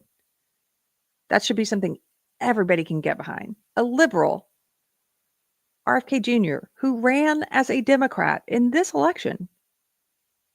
You can't clap for that? What is wrong with you? You're in a cult. Little girl, teachers and administrators conspired to deceive January and her husband while encouraging her daughter to use a new name and pronouns. They, them pronoun, actually, all without telling January, who is here tonight and is now a courageous advocate against this form of child abuse. January, thank you. Thank you. Thank you very much.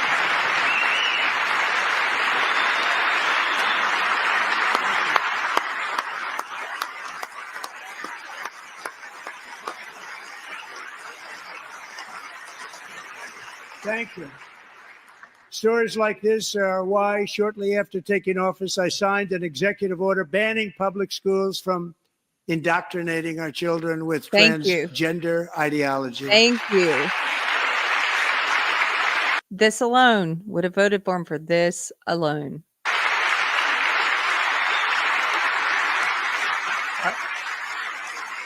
I also signed an order to cut off all taxpayer funding to any institution that engages in the sexual mutilation of our youth.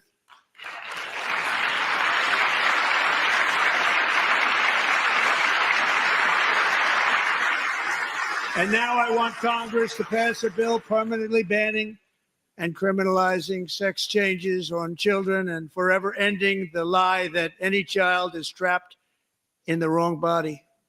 This is a big lie.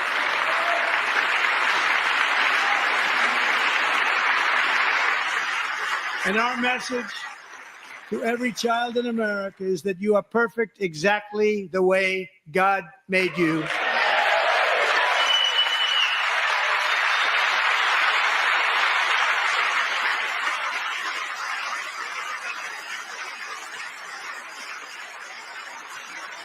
Because we're getting wokeness out of our schools and out of our military, and it's already out, and it's out of our society. We don't want it. Wokeness is trouble. Wokeness is bad. It's gone. It's gone. I love it. Can you imagine? We're at a place where people have correctly called this out for the evil that it is for a few years now. We're at a place where the president has people on his team who've advised him what this is. He knows what this is. He has a grasp on it, and he is able to say it's bad, it's wrong, we're getting rid of it. I love it. And we feel so much better for it, don't we? Don't we feel better? Our service members won't be activists and ideologues. They will be fighters and warriors. They will fight for our country. And Pete, congratulations. Secretary of Defense, congratulations.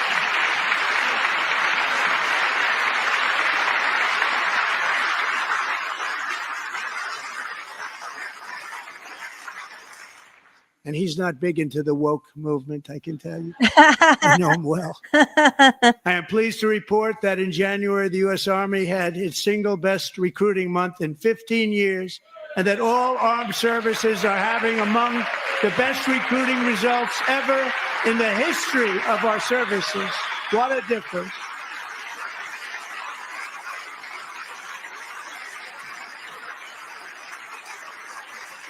And you know, it was just a few months ago where the results were exactly the opposite. We couldn't recruit anywhere. We couldn't recruit.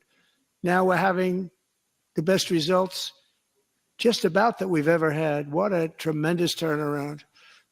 It's really a beautiful thing to see. People love our country again. It's very simple. They love our country, and they love being in our military again. So it's a great thing, and thank you very much. Great job. Thank you.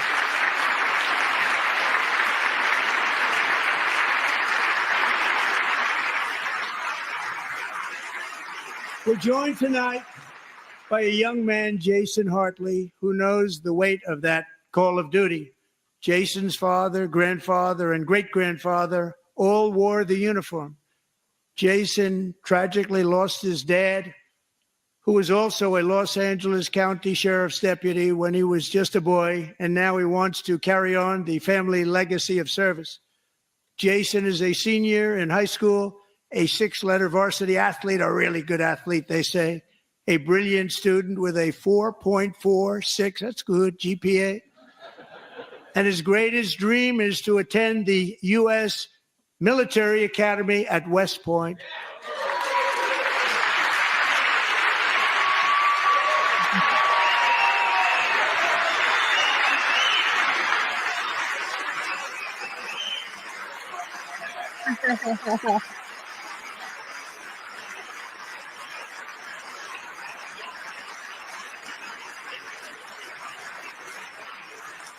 And Jason, that's a very big deal getting in. That's a hard one to get into. But I'm pleased to inform you that your application has been accepted. You will soon be joining the Corps of Cadets.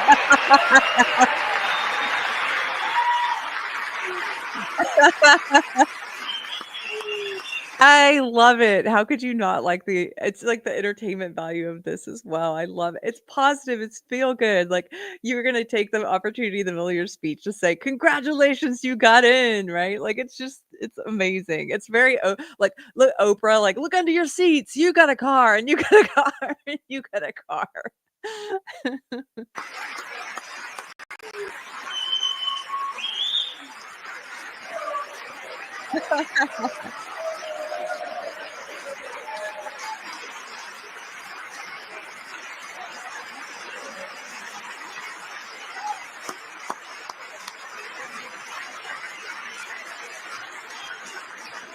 Thank you.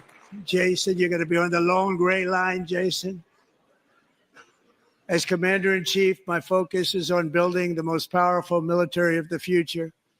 As a first step, I'm asking Congress to fund a state-of-the-art Golden Dome missile defense shield to protect our homeland, all made in the USA.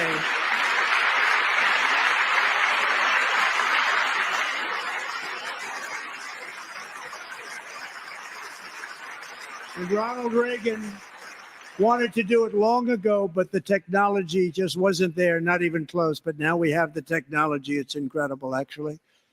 And other places, they have it. Israel has it. Other places have it. And the United States should have it too, right, Tim, right? They should have it too. So I want to thank you. But it's a very, very important. This is a very dangerous world. We should have it. We want to be protected, and we're going to protect our citizens like never before. To boost our defense industrial base, we are also going to resurrect the American shipbuilding industry, including commercial shipbuilding and military shipbuilding.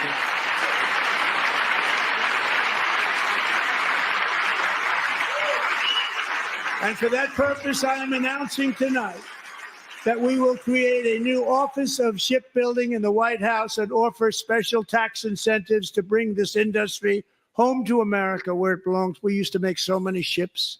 We don't make them anymore very much, but we're going to make them very fast, very soon. It will have a huge impact. To further enhance our national security, my administration will be reclaiming the Panama Canal, and we've already started doing it.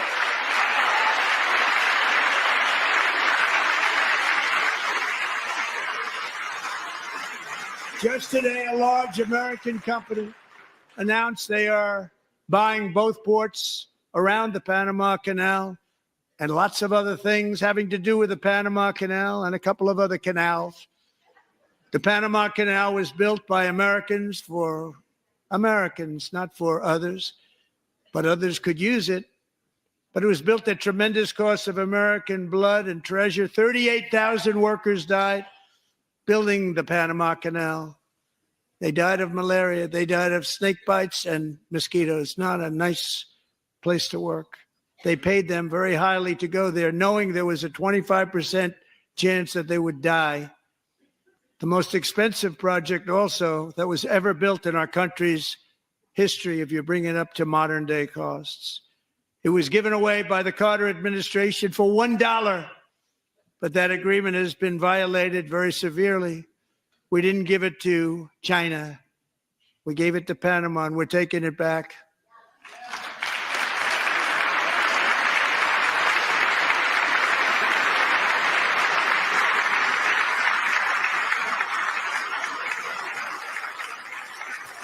And we have Marco Rubio in charge. Good luck, Marco. Now, we know who to blame if anything goes wrong. Marco's been amazing, and he's going to do a great job. Think of it. He got 100 votes. You know, he was approved with actually 99, but the 100th was this gentleman, and I feel very certain. So let's assume he got 100 votes, and I'm either very, very happy about that or I'm very concerned about it. But he's already proven. I mean, he's a great gentleman. He's respected by everybody, and we appreciate you voting for Marco. He's going to do a fantastic job. Thank you. Thank you. He's doing a great job. Great job. And I also have a message tonight for the incredible people of Greenland. This is awesome. We strongly support your right to determine your own future. And if you choose, we welcome you into the United States of America. We need Greenland for national security and even international security, and we're working with everybody involved to try and get it. But we need it really for international world security, and I think we're going to get it. One way or the other, we're going to get it. We will keep you safe. We will make you rich, and together we will take Greenland to heights like you have never thought possible before. It's a very small population, but very, very large piece of land and very, very important for military security. America is once again standing strong against the forces of radical Islamic terrorism. 3.5 years ago, ISIS terrorists killed 13 American service members. Let me just pause there for a second, because that part is just amazing. His boldness about both the Panama Canal and Greenland. So Greenland, if you don't know, I didn't know, I had to look up the history of all this. It's like a semi-autonomous zone controlled by Denmark. Okay. And there's a lot of calls within Greenland for independence now. Like we've seen similar movements for like Brexit or gosh, what was that territory in Spain? It starts with a C. I'm blanking on it, but they basically, there's a lot of calls for independence and full autonomy, and they have a very important election that's coming up, and so against the backdrop of all of this that's happening in Greenland, President Trump is like, it would make sense for us. It would be good for the U.S. strategically to have control of Greenland, and he's basically telling them, we will make you a part of the United States if you want to be. and then the boldness to be like, I think we're going to get you one way or another. Oh, yes. Username says Catalonia. That's what I was thinking of. Catalonia. Yes, Rodney. So in Greenland, there's this whole, I don't know, maybe there's someone from Greenland watching or who ends up watching this video. Drop a comment below. Let us know more about it. But there seems to be, from what I'm reading, pressure. Like a lot of people there are deciding, we don't want to be controlled by Denmark anymore. And Trump's like, come be a part of America. We will gladly take you. Yes, it's a sales pitch, Mark. How hilarious that he put this into the speech. It's just 51st State says, good grief. I know. And he's so bold. Dion with Queen of Quotes is here. She says, one loses everything when one loses one's sense of humor. Ayn Rand. That's a great quote. Yeah. Yeah, they have a population of less than 60,000, John. And let me just show you a map in case you want to see like why it is. Because this part to me was interesting. Maybe it's interesting to you. Here, share this in tab instead. And then, can you see that? So Greenland is up on the upper left part of this map, of this globe. And you can see Canada up at the very top. So we're below that. But then on this side, you see these sea routes here that go all around. You can see the Netherlands, China, Russia, everything.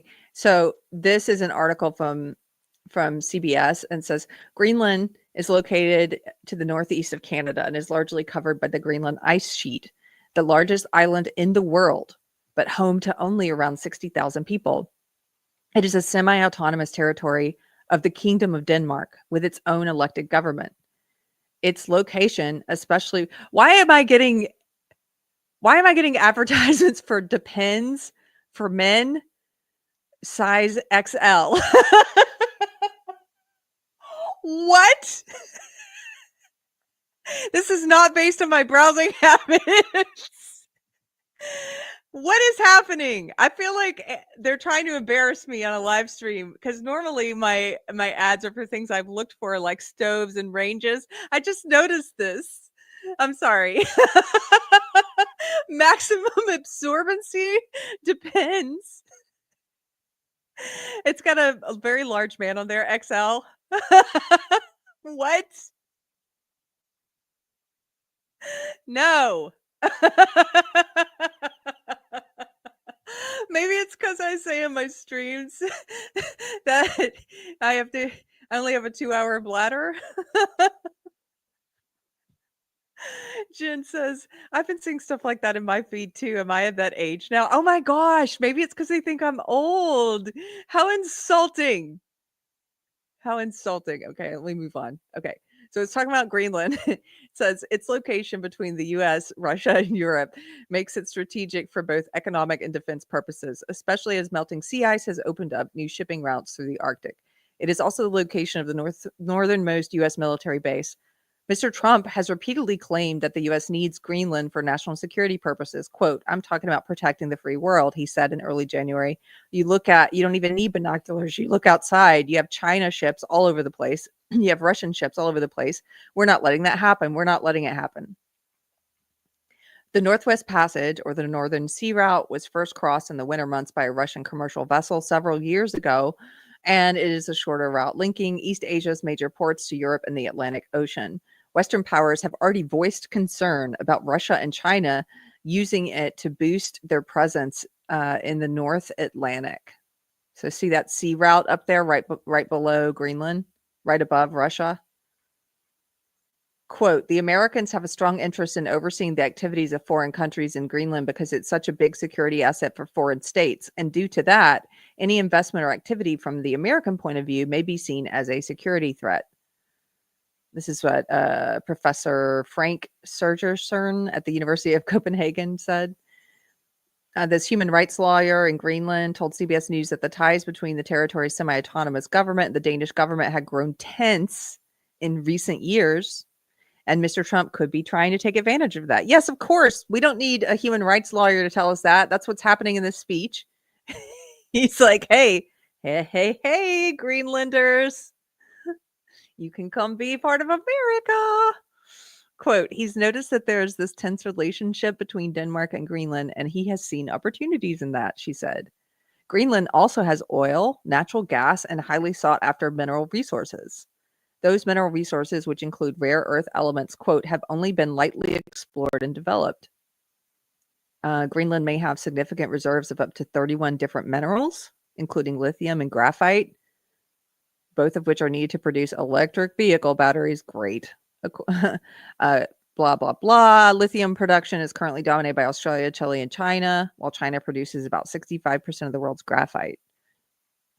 Greenland also has the potential to provide significant amount of rare earth minerals like neodymium, which is used to make the magnets used in electric motors. So all this has to do with electric vehicles and motors, I guess. Currently, China produces about 70% of those rare earth minerals.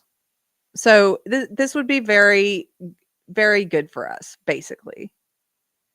And he is just going for it. In his speech to the joint session of Congress, the U.S. Congress, he makes an appeal to people in Greenland who are about to have this election. I think it's tomorrow. He's like, come be a part of get your independence and come be a part of us. We'll take you. It's just, he's so, again, if you're on the left, you have to admit, he's just such a alpha.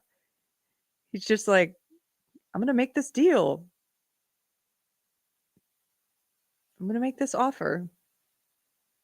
Members and countless others in the Abbey Gate bombing during the disastrous and incompetent withdrawal from Afghanistan.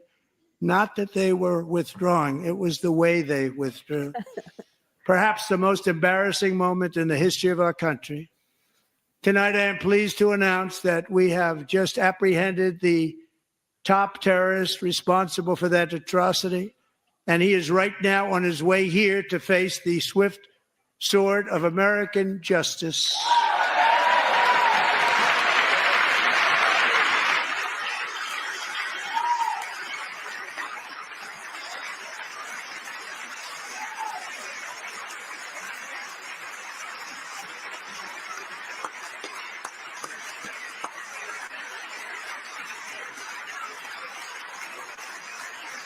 And I want to thank especially the government of Pakistan for helping arrest this monster. This was a very momentous day for those 13 families who I actually got to know very well, most of them, whose children were murdered, and the many people that were so badly, over 42 people, so badly injured on that fateful day in Afghanistan. What a horrible day.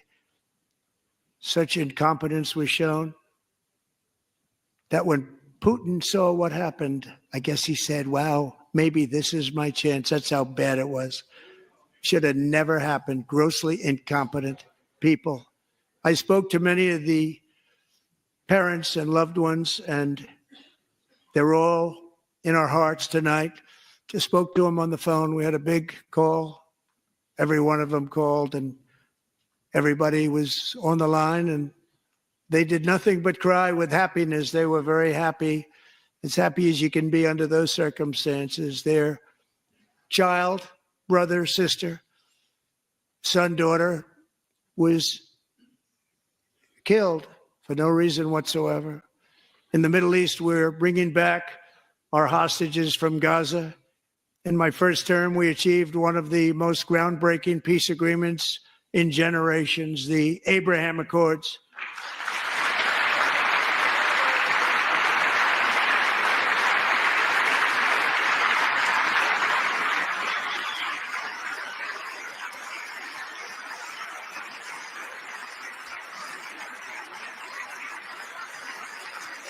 And now we're going to build on that foundation to create a more peaceful and prosperous future for the entire region. A lot of things are happening in the Middle East. People have been talking about that so much lately with everything going on with Ukraine and Russia. But a lot of things are happening in the Middle East. It's a rough neighborhood, actually. I'm also working tirelessly to end the savage conflict in Ukraine. Millions of Ukrainians and Russians have been needlessly killed or wounded in this horrific and brutal conflict with no end in sight. The United States has sent hundreds of billions of dollars to support Ukraine's defense with no security, with no anything.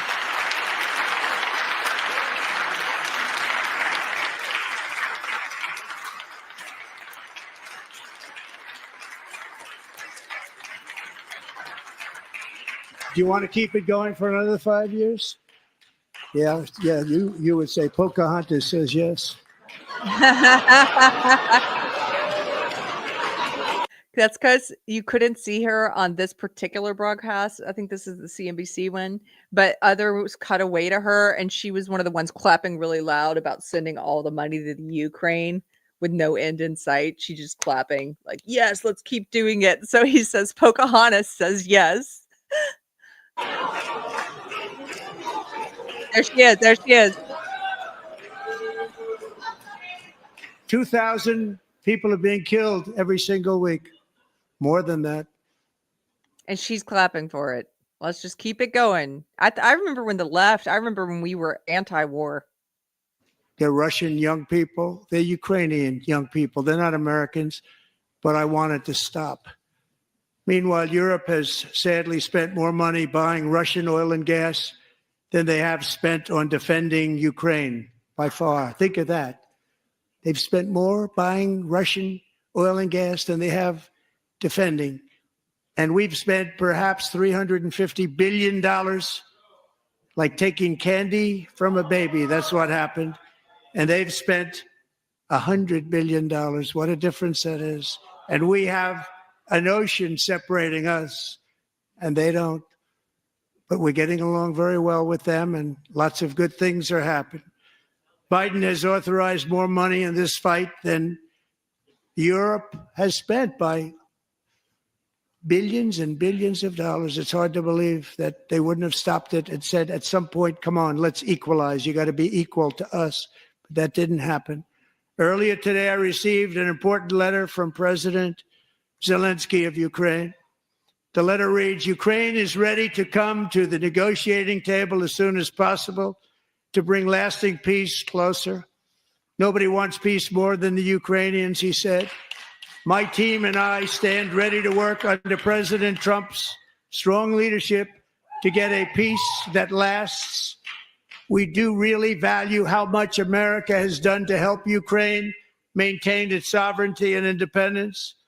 Regarding the agreement on minerals and security, Ukraine is ready to sign it at any time that is convenient for you. I appreciate that he sent this letter, just got it a little while ago. Simultaneously, we've had serious discussions with Russia and have received strong signals that they are ready for peace. Wouldn't that be beautiful?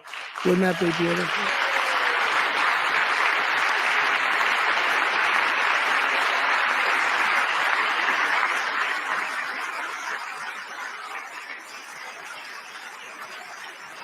Wouldn't that be beautiful?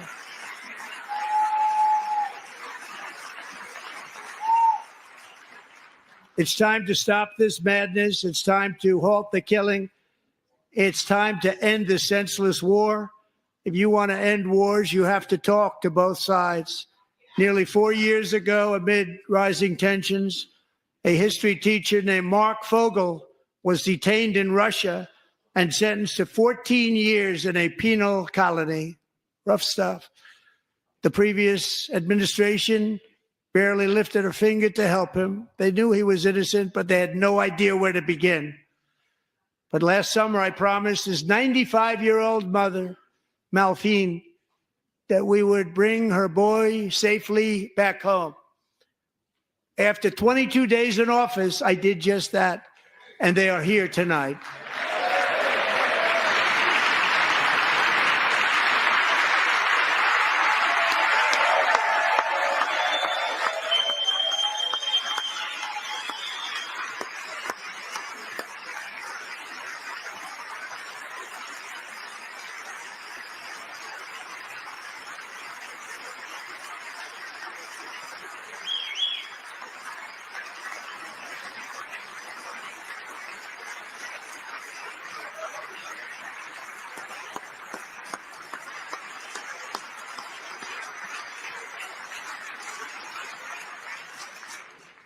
So that guy was held. He's a school teacher from Pennsylvania. He was held in a Russian prison for 14 years. He was arrested with a small amount of marijuana traveling to Russia, which had been prescribed to him, medical marijuana prescribed to him for pain or something in the U.S., chronic pain. And whether or not you believe it should be legal or should be available for medicinal purposes like that, the point is they held him for 14 years, guys, in a Russian prison. Can you just think about that for a second? 14 years. It's just crazy. And Trump was able to get this guy freed and bring him home. This is another great story. And are they going to give him credit for this? The left? No, of course they're not. Of course they're not. To Mark and his great mom, we are delighted to have you safe and sound and with us. As fate would have it, Mark Fogel was born in a small rural town in Butler, Pennsylvania. Have you heard of it?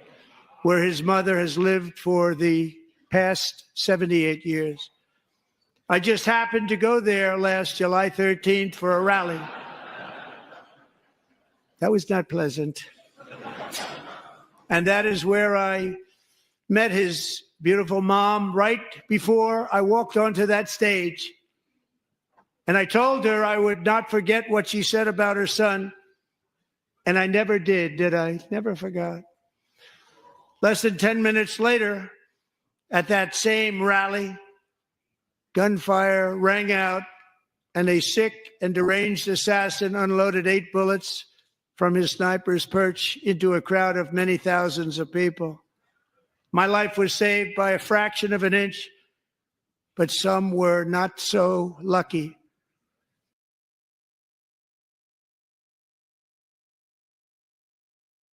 Sorry. Texas Sheep Lady says, question, why didn't he get the man back last term? Did he not know the situation? No, he met the guy's mom at the Philadelphia rally where he was almost assassinated. That's what I know you probably wrote this before he said that, but that's another great thing about Trump. I've heard this about him. He's very personable and charming and that he remembers you and he makes you feel like he's really paying attention, whether he is or not. But it seems like he is paying attention because he met this guy's mom. She tells him about her son who's been in a Russian prison for 14 years for weed, for medicinal weed, school teacher from Pennsylvania. He almost gets killed right after that, and he still remembers. And he does something about it once he gets in office. That's pretty incredible. Pretty incredible. Corey Comparator was a firefighter, a veteran, a Christian, a husband, a devoted father, and above all, a protector. When the sound of gunshots pierced the air, it was a horrible sound. Corey knew instantly what it was and what to do.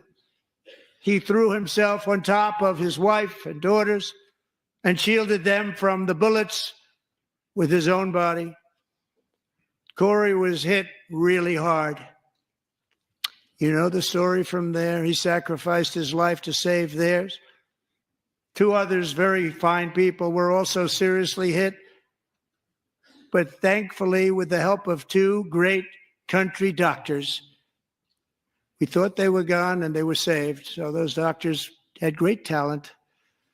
We're joined by Corey's wife, Helen, who was his high school sweetheart, and their two beloved daughters, Allison and Kaylee. Thank you.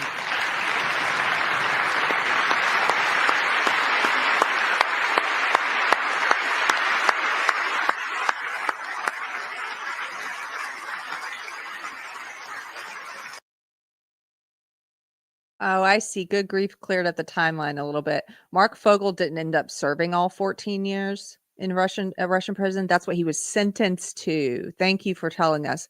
He was actually arrested during Biden's presidency. So he was arrested in 2021.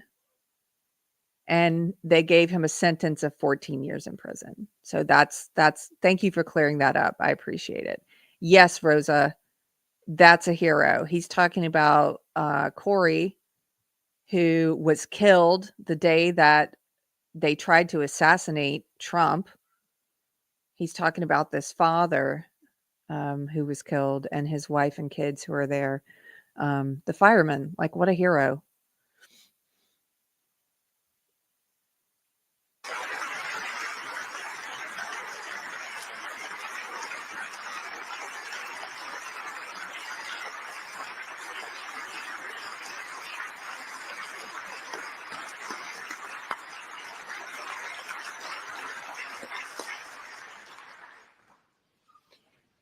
To Helen, Allison, and Kaylee, Corey is looking down on his three beautiful ladies right now, and he is cheering you on. He loves you. He is cheering you on. Corey was taken from us much too soon, but his destiny was to leave us all with a shining example of the selfless devotion of a true American patriot. It was love like Corey's that built our country, and it's love like Corey's that is going to make our country more majestic than ever before. I believe that my life was saved that day in Butler for a very good reason. I was saved by God to make America great again. I believe that. Thank you. Thank you.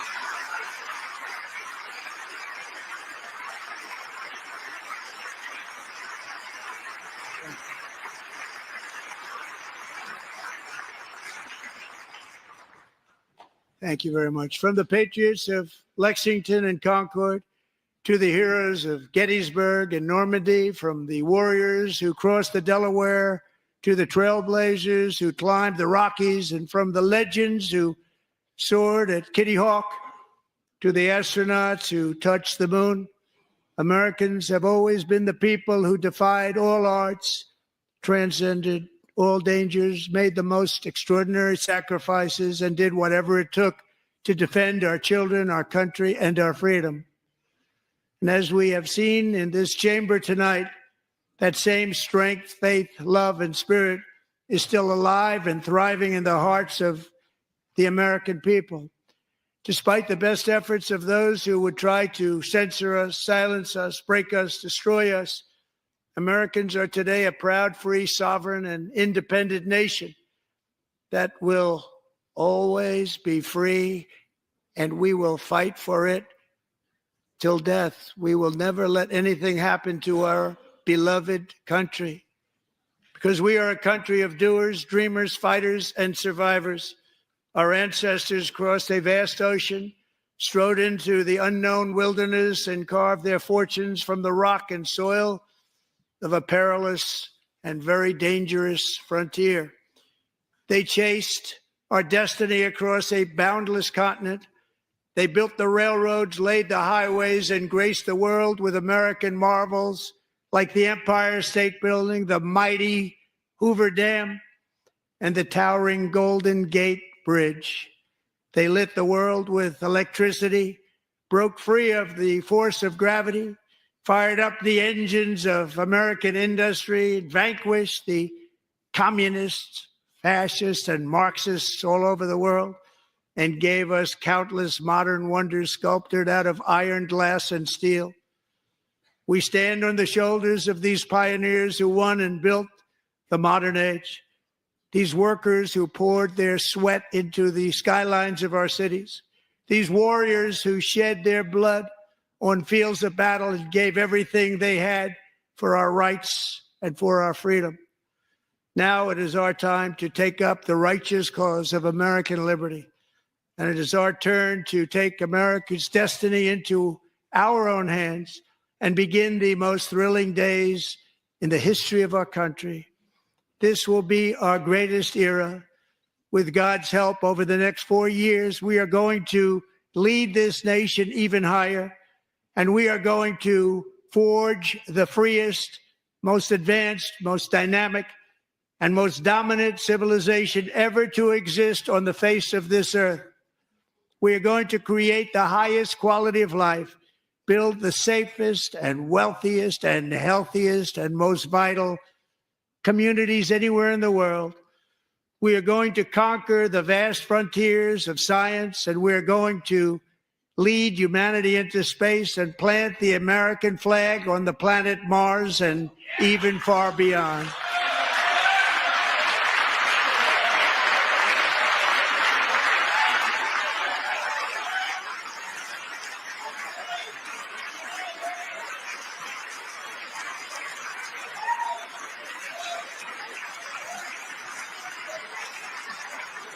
And through it all, we are going to rediscover the unstoppable power of the American spirit.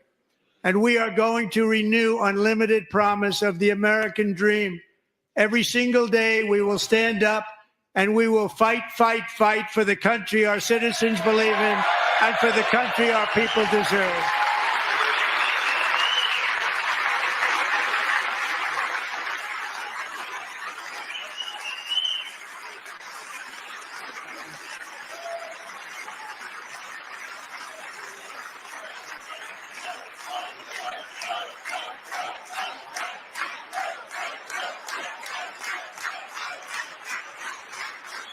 My fellow Americans, get ready for an incredible future, because the golden age of America has only just begun.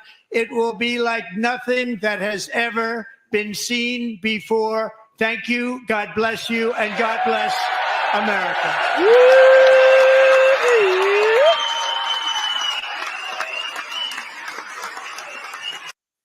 That's it. That was it. You know, he set records. He set records. That was the longest speech ever delivered to the joint session of Congress. You know who was second? George Washington. I'm just kidding. I don't think it was George Washington. It's a callback to the earlier. It was the longest speech. He set a record with that, the joint session of Congress. I don't know who was second, but it would be funny if it was George Washington. I love the positivity, aspirational. It's so uplifting. Here's all the stuff we've accomplished so far just in the first couple months. And here's what we have planned. Like, he hit it out of the park. There were emotional moments. There were really funny moments. He was unapologetic, as some people said. It was just a great speech. I had to go get my American hat in the middle, because he was winding up for the end. I was like, America, let me go get it on. So fun. This is just like kind of a joke costumey hat, but I love it. Emo Trash says, I'm pretty sure the second was actually himself. He holds the record for longest and second longest speech to the joint session of Congress. Probably him. Okay, that's it. Today was a very long episode because we wanted to watch the whole speech. Thanks for hanging out. I hope you enjoyed it. If you like this channel, if you like Deprogrammed and the mission of Deprogrammed, which is to help wake people up from the woke left, then consider subscribing. You can become a member. You can donate. You can get on board with a contribution. We're doing we're going to be doing book clubs this year. I know I said February, but I've had some writing assignments come up and other things. So I'm going to be announcing a book soon and a date. I promise. We're doing book club. But you don't have to donate to be a part of book club. It's open to everyone. I'll let you know when we do the next one. You could also, if you want to help the channel, leave a comment, suggest videos to friends. I'm going to be doing some clips soon. I know everybody's always saying you should do clips. I don't know. I don't understand TikTok. I don't want to. So I have some young people who are going to be helping me with clips. Very happy for that. John Bertram, wow, thanks for the begrudging compliment. He says, I guess women can be funny. Hey, it was funny, right? You know who was second? George Washington. Boom, boom. But I can't, no laughs from the peanut gallery. Okay. My dog thinks I'm funny. There were a couple of super chats I didn't get to say thank you to. I'm so sorry. Let me just thank you. I'll Fight You Naked for $5 earlier. He said Tesla is superior. It just takes 30 minutes to charge. All the stuff that can break is not in the car, but you're entitled to make an emotional decision.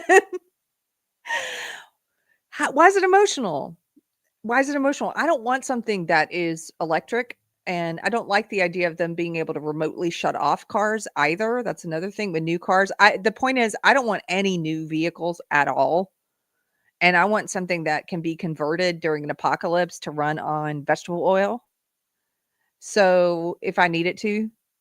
So I don't want an electric vehicle. I don't want something I have to charge. I don't want something that I've seen the videos. Correct me if I'm wrong, but during the floods and stuff that were happening this year, there were videos of electric vehicles that were exploding in people's garages because they got flooded with water. That's a problem. So there are all these issues that, I just don't want one. It's just like, I don't want an electric stove or oven. And Biden was trying to prevent us from being able to buy gas ranges. Screw Biden. I want to be able to have an oven that I can convert if I need to. But thank you. I'll Fight You Naked.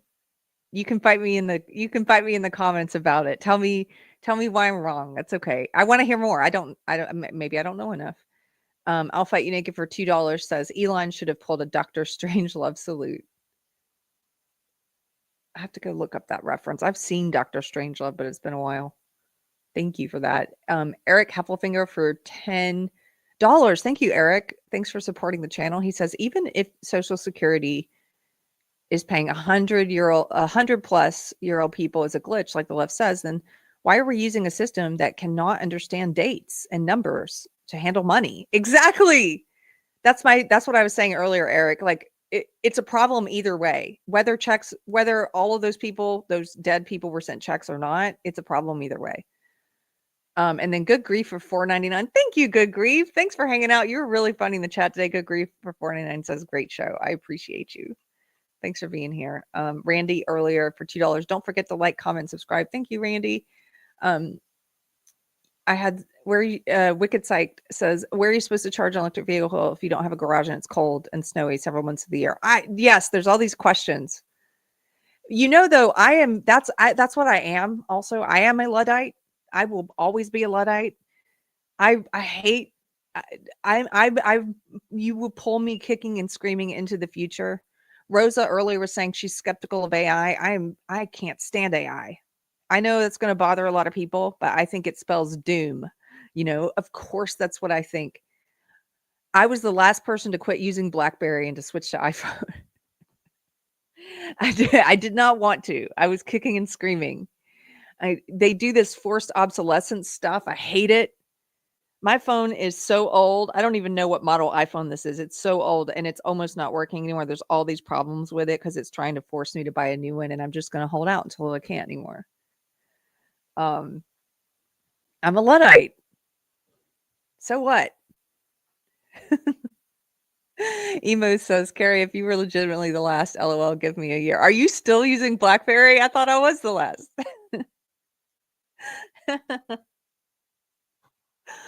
Oh man. Okay, guys, I'm gonna leave you be. Hey, I was thinking it might be fun once in a while to tell you, sometimes I'm that kind of person who's like looking for recipe ideas or like what are other people eating or workout ideas or things like that. I'll just tell you, if you're looking for something to cook tonight or tomorrow night, last night I made bison burgers and they were so good. We didn't have a bun or anything. I just made the patties. And I used to use breadcrumbs when I made burgers. So So this was ground bison meat. You can do it with beef or anything. Use 1 egg, right? And then I used to use breadcrumbs and mix it all up.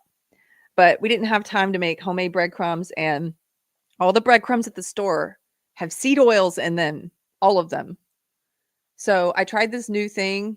It was some kind of chickpea natural. It was from France. It was like chickpeas, ground chickpeas. And I used that instead of breadcrumbs, and it was delicious. You can find some substitute like that. So I made these bison burgers. It was awesome. And then what did we have? Oh, and then I made bok choy with mushrooms and just sauteed it with, butter, like garlic and a little bit of soy sauce. So good. Oh my goodness. I'm getting hungry. I think I'm hungry. That's why I'm talking about what we ate last night. Anyway, if you're looking for something to eat, it was delicious. I suggest it. Okay. Teresa says, I'm having bison medallions tonight. Oh God, it's going to be so good. Teresa, I am hungry. I love it. I don't know. Bison meat just tastes so good. I think it's a little bit gamey, which I like. I love venison too. But yeah. AH says Boosh McFadden is making New York strip steaks. What? Everything sounds so good right now. Okay, I'm going to go eat. I'll see you guys later. Thanks for hanging out today. Oh, Jamie, thanks for the super chat for $2. Says jolly good show, Keri. I appreciate you. Thank you so much. Okay, I'll see you guys later. Take care. Bye. Where is it? There it is.